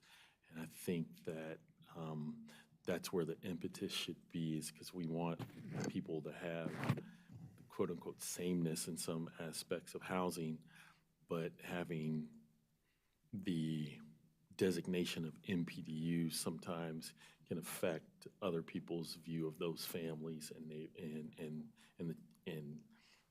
the children of those families. So it's just more philosophical than anything else. Ms. Scavone is going to provide the information, and I'll ask for other. Yeah, I have a question. But we're working on that too, Commissioner Bartley, you know, more opportunities for market rate housing that people can afford in all communities. Okay.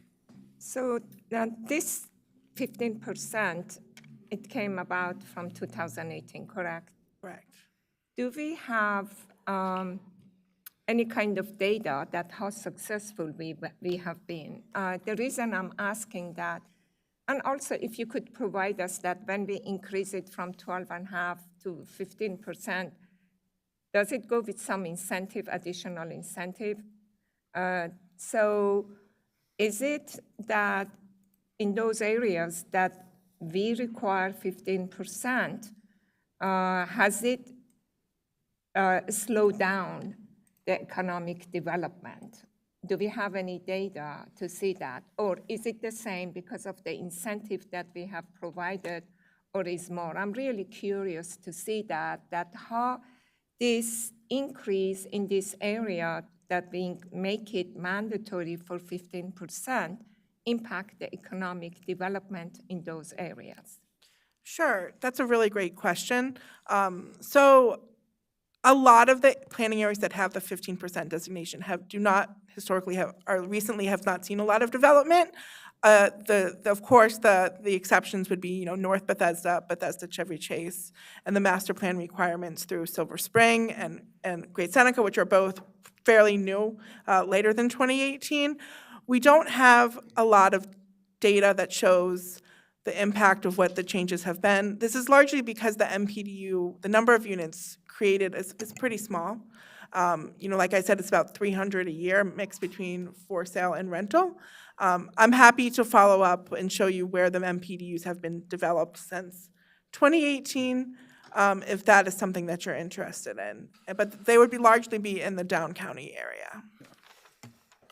Yeah, that's exactly what my concern is, that when we make this impact, that sounds good, and we are hoping to achieve, it may have completely the opposite effect. Because now we may not even get the 12.5 because nobody's going to come. That's my concern. And I don't know how it would do it, but we have heard from some of our development community that sometimes it is difficult to reach to the goal. So I want to make sure that we do have incentives, and I'm hoping that we don't get unexpected consequences for doing something better and we end up to the other side. So the county does offer incentives for providing 15% MPDUs, namely a 22% bonus density. You can also receive additional height to accommodate those additional MPDUs, and that has kind of been the trade-off, is where we pushed the 15%, and that was a stick, but we kind of gave, the carrot of bonus density to kind of help soften that additional requirement. Yeah, and that may work in the area that the land is very expensive. It may not work in the area that the land is not that expensive. Yes. So it may not work if you want to compare only to North Bethesda, it may not work there. So that's my concern. Thank you. That is a fair comment. Mm-hmm. I just want to follow up with a couple of comments too in the MPDU. I think it's fine. I mean, they meet the requirements. We're going to approve it. There's no real question on that. I think this does show, though, and I think this approach shows, generally speaking, that the MPDU program is not an affordable housing program. It's an economic integration program. It's not meant or designed to be an affordable housing program, or at least its practical outcome is not that. We're not producing more MPDUs in Poolesville. And one of the reasons we're not producing more MPDUs in Poolesville or in Potomac is we recently had a halfway point. I think it was a halfway point when they came back and did the master plan for Potomac, is there's no place to build anyway, so it doesn't matter. Like, nobody can build anything that's going to be big enough to be able to markedly achieve a 15% MPDU, so we can get MPDUs anyway. And so I think that when we're transmitting our comments to the county council, when we're doing this, one of the things that we need to say is it doesn't matter if, Potomac has a very high income in that area, but it doesn't matter because we don't allow them to build anything that would produce an MPDU anyway. The other factor that comes into this, I think, was the ones that are now new into this, and this is Kent Mill, Four Corners, Olney, Poolesville. I think part of what we're seeing with this, with 3 new ones within this time period, is that we're pushing out people with low incomes in the first place. We know we're losing those people, all right? Even if you do have a 15% MPDU, you're still getting 7 units to 1 that are market rate and not. So what we're doing is pushing out people. So we're losing the low end. That's what's driving the incomes up, and that's what's driving these places into the 15% MPDU. And in doing so, we're, again, somewhat to Commissioner Pettaweem's point, is being somewhat counterproductive in this. So the MPDU program is and should be seen as an economic integration program, not as an affordable housing program. And the failure of us to address issues of zoning and construction and the supply of housing is what's driving some of these places into the 15% MPDU program, which means that we're trying to hold back the flood, right? Like, this is the problem. And so while the MPDU program is very good for what it does, and we have that, like, if we don't, Commissioner Pettaweem's point, the reason we have MPDUs in Bethesda is because it's really nice to build in, and we have the overlay zone. So not only do we have increased density for the MPDU program, we also have an overlay zone to get that as well, which we do not have in most of these other areas. And so while we're adding these areas, we're not going to get any more MPDUs or any more affordable housing in Kemp Hill, Four Corners, North Bethesda, unless we do something to allow more construction in the first place. So this is, I think, an excellent time to put some comments to the county council along those lines. It's fantastic to have a 15% MPU requirement in wealthy areas. That's the purpose of the program. But that doesn't mean anybody's going to be able to move in. 300 units a year is not enough. And that's why we're losing that moderate income place that we know that we're losing. So anyway, I don't think, and this is just comments, I don't think the construction is being depressed in Potomac or Poolsville because of the MPDU program. I think the construction is being depressed in Poolsville and Potomac because we made it such that you can't build anything there, and the MPDU is an outcome of that aspect of it. And that, because of the exclusionary rezoning we put in, incomes remain high in relatively unpopulated areas, and that's what drives the requirement for 15% MPDUs that we don't build anyway because we don't let them build anything.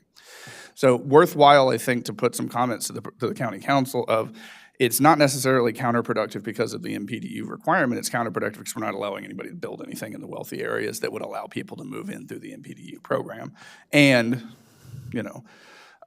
allow for there to be extra market rate and the same thing. So this is good. This is interesting. I think it's an excellent opportunity to call out to the county council some of the changes we need to make to actually move from what this is as an economic integration program as to an affordability program. Yeah, can I just say one thing?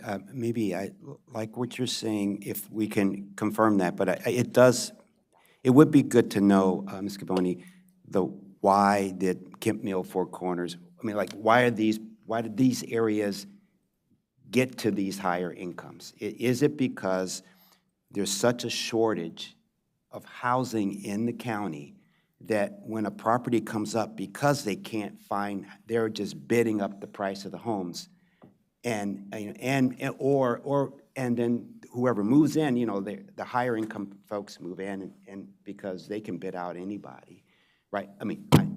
Realistically, and then therefore they become higher. I don't know, why did these areas become higher income areas? And maybe that could affect also policy around housing. Yeah. I can definitely look into that. I think if I had to guess, it has to do with the supply constrained for sale market that's driving up costs that higher income households are moving into. Kemp Mill, Four Corners, and Olney, they are dominated by single family detached housing. So they haven't seen new construction, so they're not bringing in new households. The households that they're bringing in are through the for sale market.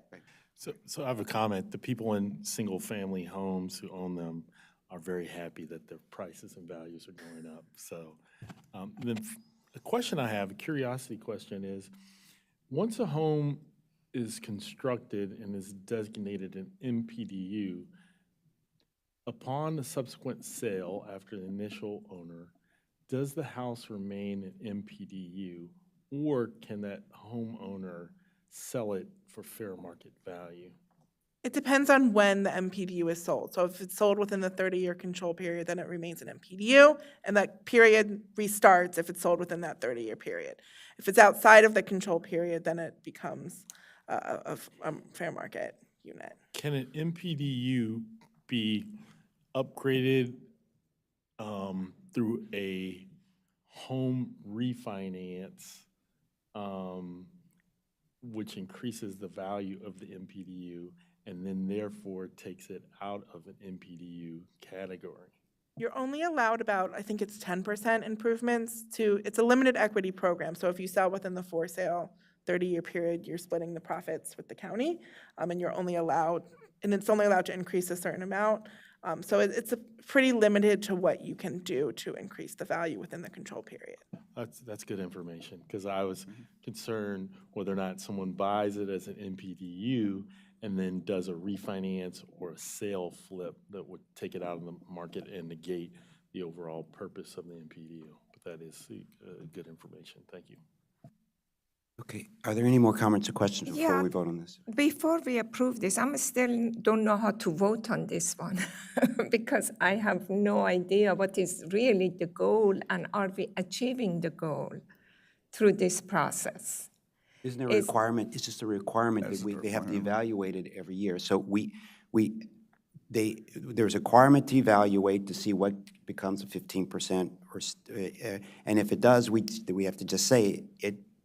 I know, but the requirement was some goal. I don't think that this is achieving the goal that they set the requirement for. That's what I'm asking. You know, we can continue with a requirement, but at the same time, we have to see that if it did make sense to continue doing that. Sure. So we have to designate these areas because the census data is that we use to set the requirement says that these areas are high-income planning areas. What we can do is in our transmittal letter, I can let the council know the concerns that we have. Last year, we also noted similar concerns about doing this every year, just because of the unstable nature of that. That we did not get a response to that, but we can certainly, use this transmittal letter to kind of convey the concerns of meeting the objective goals. Can we say, yeah, 100% for that. I would like to say that if this is really makes sense to continue doing it every year, does it achieve the goal? And maybe in the transmittal, we could say that, look, this is the vision of this requirement. And if we have some data that we could provide that if we are meeting the vision of this requirement, I'm really concerned that it may be the other way around. Or be nothing. I think the MPDU requirement is incidental to the fact that there's no development going on. It's not the cause of the lack of development, it's the exclusionary zoning causing a lack of development, and then we have this thing we've topped onto it to attempt to assuage our guilt. And what we are doing is assuaging our guilt, not creating more housing. So if we can write that up into the transmittal letter in some way that does not make me sound like a lunatic, that would be awesome. But it is incidental to what we're discussing here. It is not the MPDU program is not an affordable housing program. It's an economic integration program. It's inclusionary, it's an attempt at inclusionary zoning, but if layered on top of an exclusionary system, it does not create anything new. It just, it's incidental, I think, to the I problem. think it is an economic integration, and it also is affordable housing project. It's just not generating a lot. It's not a generative program. It's not a supply. Right. Yeah. So let me just ask Commissioner Lynn, does he have any comments? And then we will vote, and then I agree that we should put some commentary in the transmittal letter. Well, David Ansbacher, just for the record, we'll first go back and look at the data and see year by year what has been generated, and then we'll draft the letter for your signature. Yeah, and I think, and this is clear, just the raw numbers, no matter where they are, the raw numbers in the county are too small for the MPDU program, much less in the three that are in Olney or whatever they were for the last year, or Potomac or what have you. The sheer numbers are too small. And that is, I think, something to point out, not the least of which being that, moving from a 12.5 to a 15% requirement in Kent Mill, well, maybe Kent Mill, but Olney is certainly not going to create more than a handful of new units that are affordable. And it's not because of that program, it's just going to be tacked on to whatever is going to happen because of the macroeconomic conditions. So I think it's worth pointing out that the numbers, the raw numbers are low, much less the numbers that are in any particular region.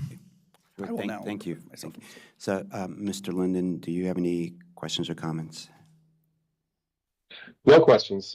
Yeah, this is an interesting conversation. I agree totally with sending some comments alongside this recommendation, along the lines of what Commissioner Hedrick was saying, and just pointing out, just to sort of drive home the point that this the changing designations, the expansion of these areas appears to be evidence of everything we've been talking about, a supply constrained environment where, you know, households are generally getting wealthier because prices are being bid up, and moderate income households are either leaving or getting priced out or outbidded. And so it appears to be evidence of kind of what we've heard through the research wing of planning for a long time, which is that we're becoming a bit of an upside down bell-shaped curve, you know, community with a, you know, growing wealthy household, you know, high income households, a hollowing out of moderate income households. And so as a share of the total households, you know, lower income households are growing as a share of the total.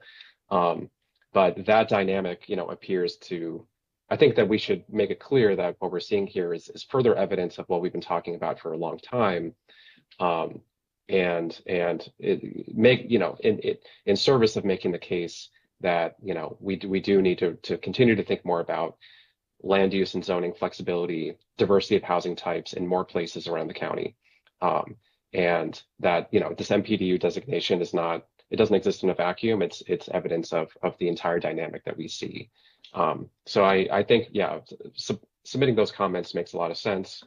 But no other questions for staff. Appreciate the presentation. Okay, great. So we will now take a vote on this. So is there a motion to approve sending to County Council the study that we've done that transmit the designations of what's 15% and what's not 15%? Yeah, sorry, I turned myself off, which is probably a good idea. I would move to transmit the designation of the planning areas to the county council along with comments on the, as discussed today by the board, along with a transmittal letter sometime. I second. All in favor? Aye. Aye. Aye. The ayes have it. Thank you so much. That's 5-0. We're going to take just a quick 2-minute break and start with our next item, which is item number 7, Northwest Branch Disc Golf Course Forest Conservation Plan number F 2025-0260, where staff is recommending approval with conditions. Thank you.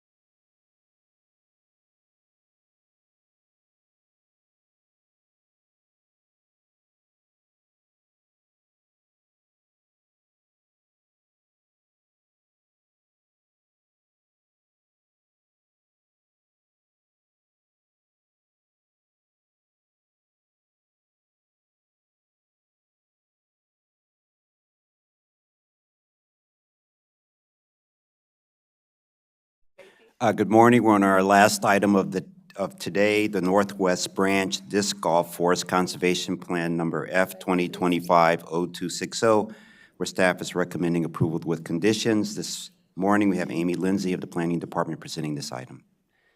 Good morning. For the record, Amy Lindsay of Mid-County Planning, here to present Northwest Branch Disc Golf Course. Now, this is just a forest conservation plan, F 2025-0260.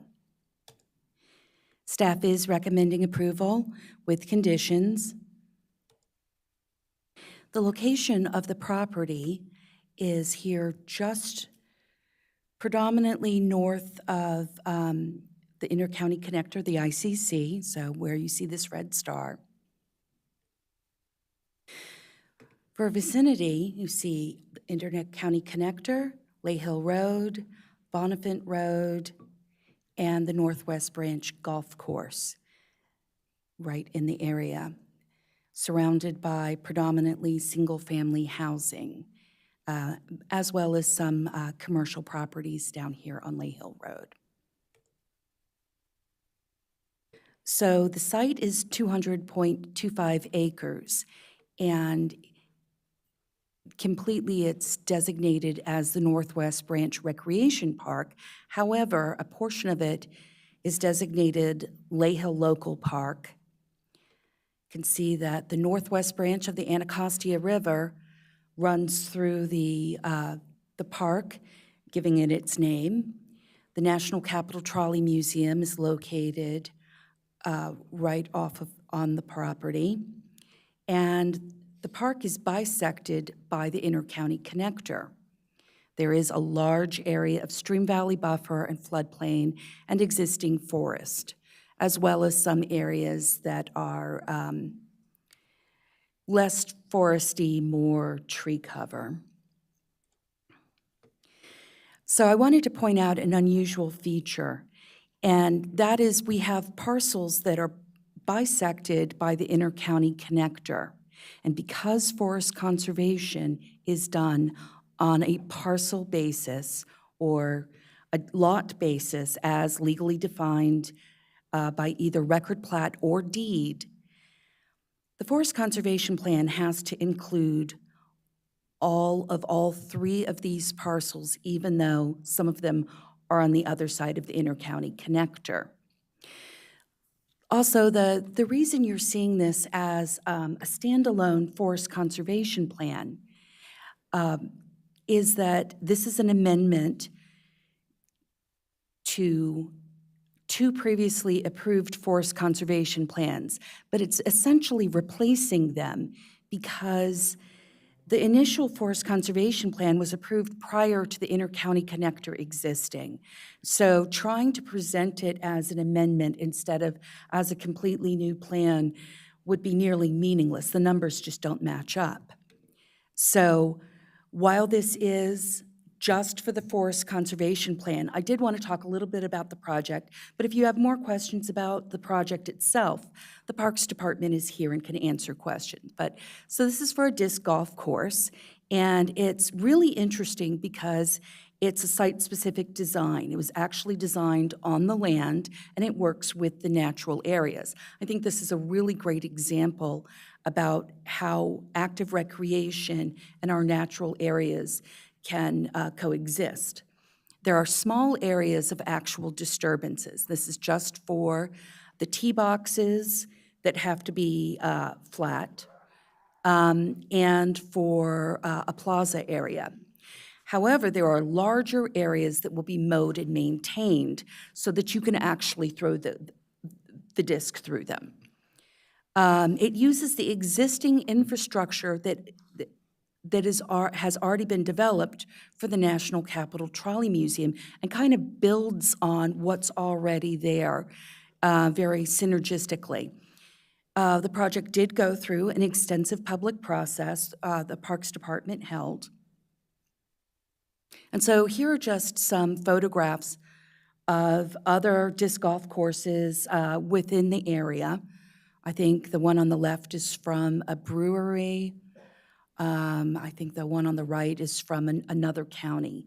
But these are they sort of give you an idea about how it will be maintained with the brush kept down, but, you know, the trees maintained, but clear sight lines, so it's actually usable. And this is an example of part of the plan.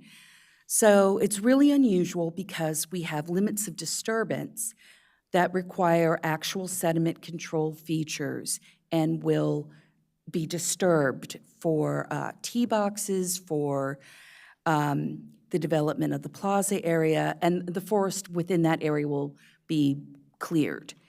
Then we have what are designated as limits of work that will be mowed and maintained. Now, they can't be considered forest retained because of the extent of the maintenance.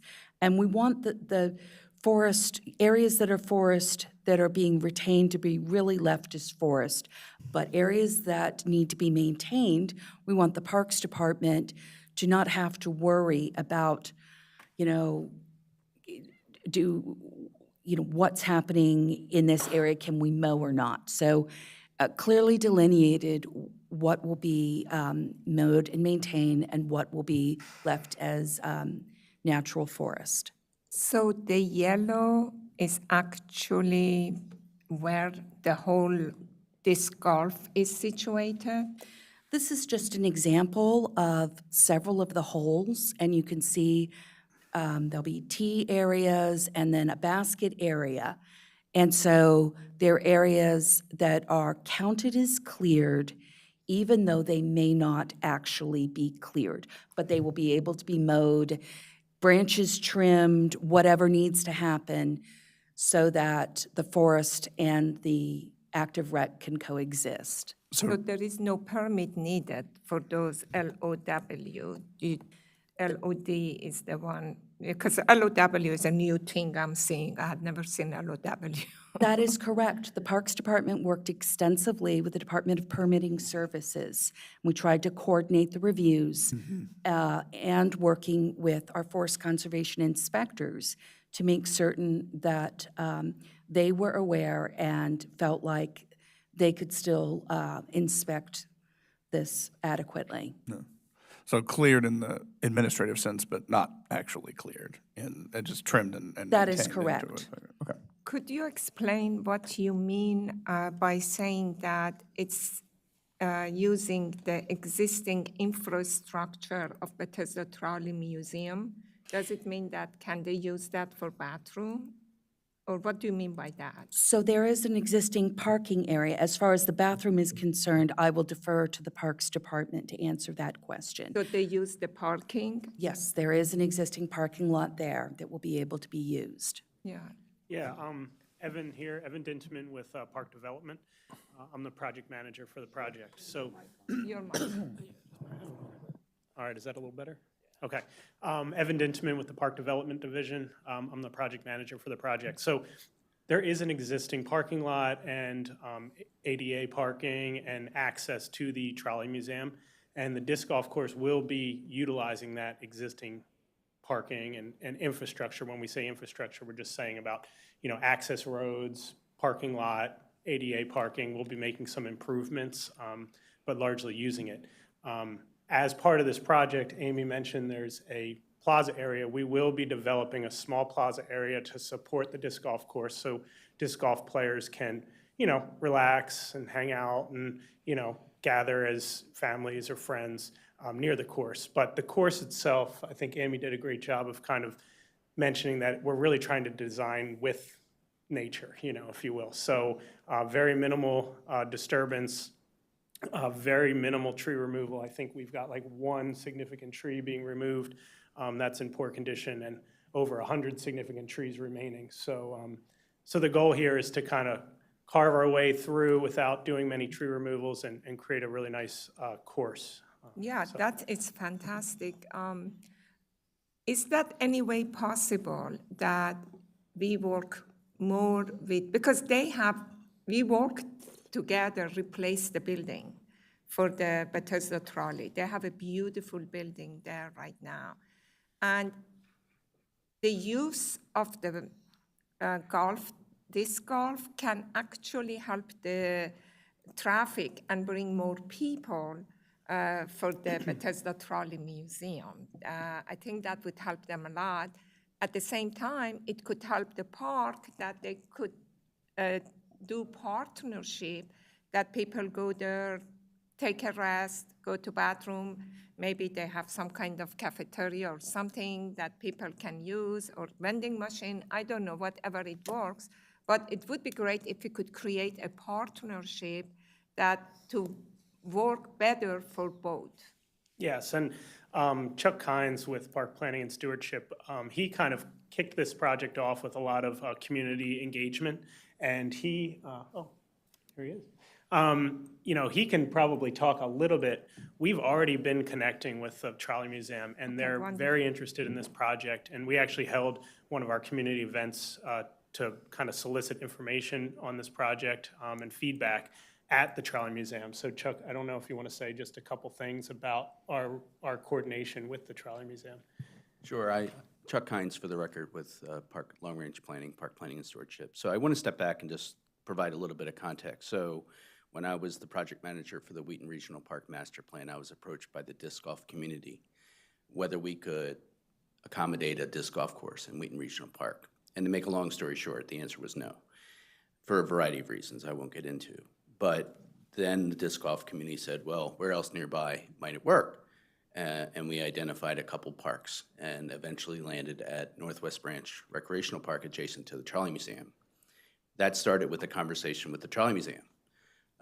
Before we brought the idea to the public, we had meetings with the Trolley Museum saying, what do you think of this idea?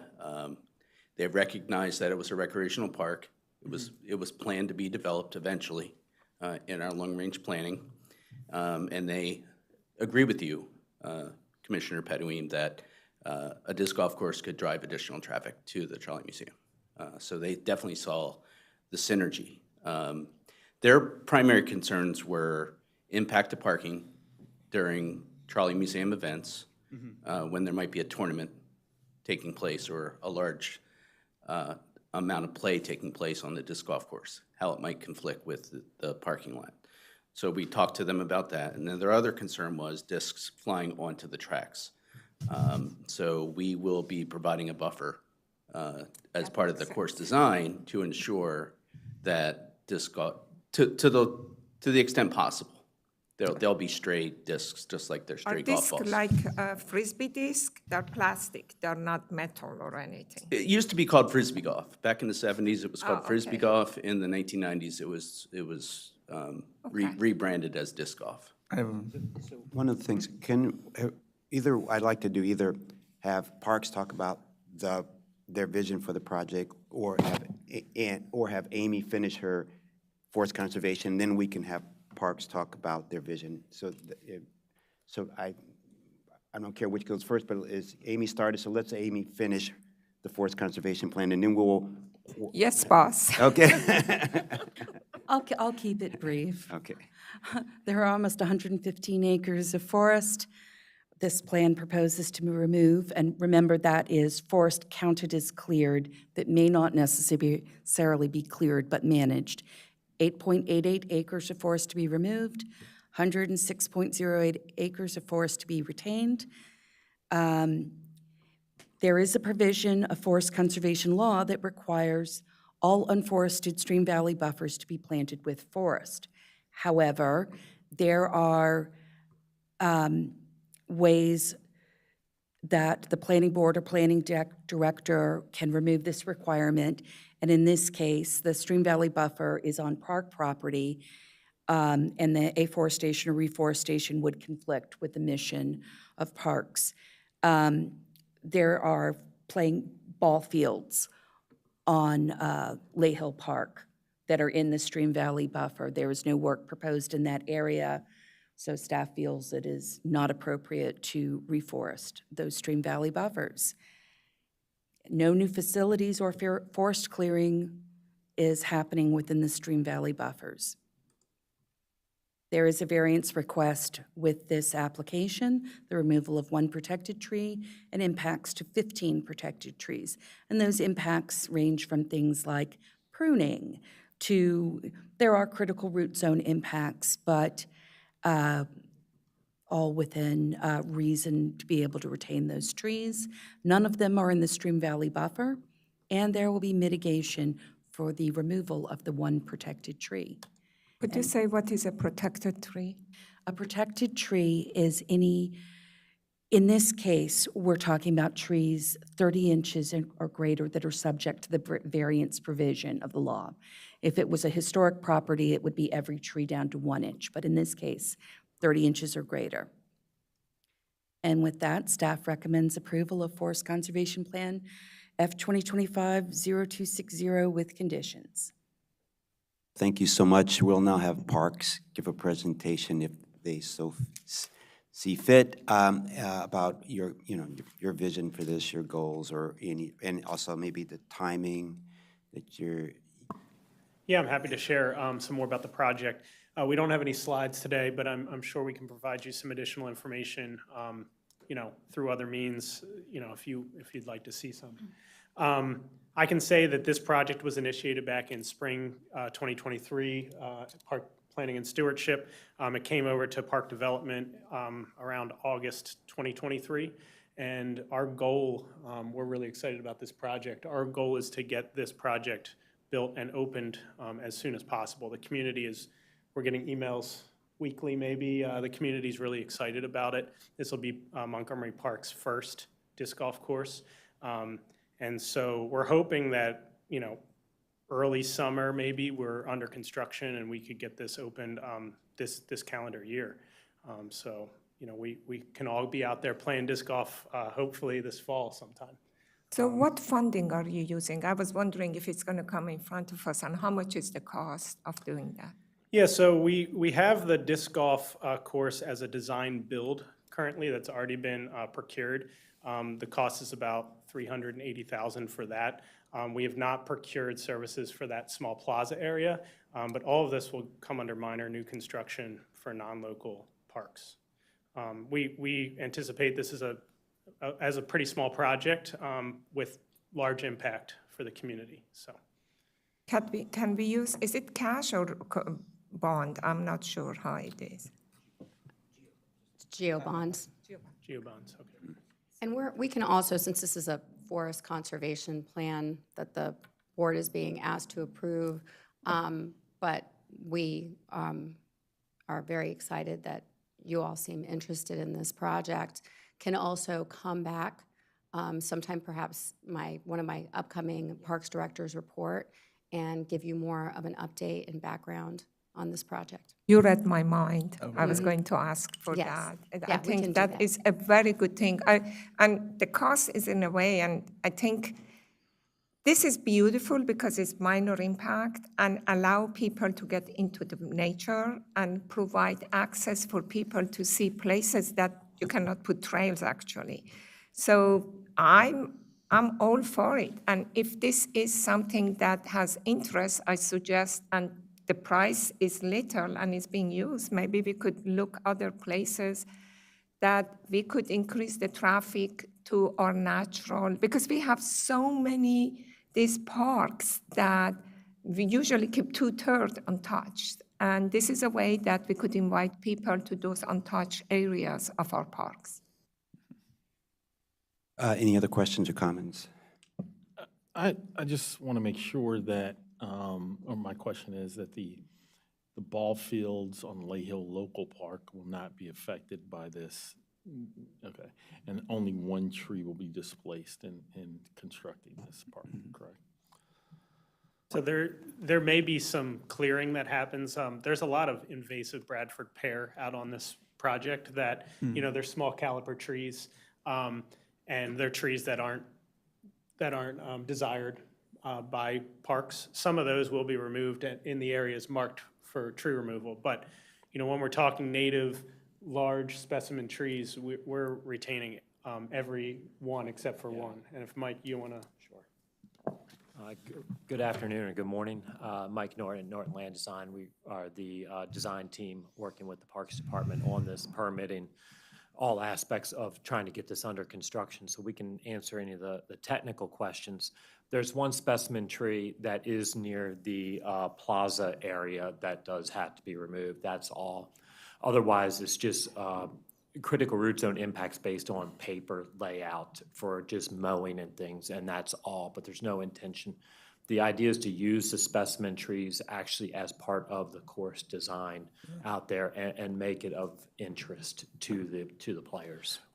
One of the things I'm interested in is the layout in relation to the National Capital Trolley Museum and the track. Is the disc golf course going to be on the eastern side of the track of the Trolley Museum or on the western side of the track? I couldn't really glean from the diagram. Yeah, the course will be entirely on the eastern side of the tracks. So we won't be asking players to cross the tracks. And as Chuck mentioned, we'll have a buffer between any of the course and the tracks to keep any discs from straying towards the tracks. What about the homes in that area? Yeah, so Are we're, the I think we've coordinated a good bit with those Cutstone Way? homeowners. Their concerns, I think, were mostly seeing additional traffic in the park. But again, we've provided a good buffer area between any of the course and the property lines of those homeowners. And I think we've gotten pretty much good buy-in from the homeowners for this use. Are the trajectory of the holes away from the homes or towards the homes? And have the holes been constructed so that Yes. players are thrown away from the homes? Yeah, so we hired a professional disc golf designer, believe it or not. There are several around the country and one right here in Maryland. And he has been out there to orient the holes as such, as you recommended, either going away from the property lines or in some cases parallel with a significant offset.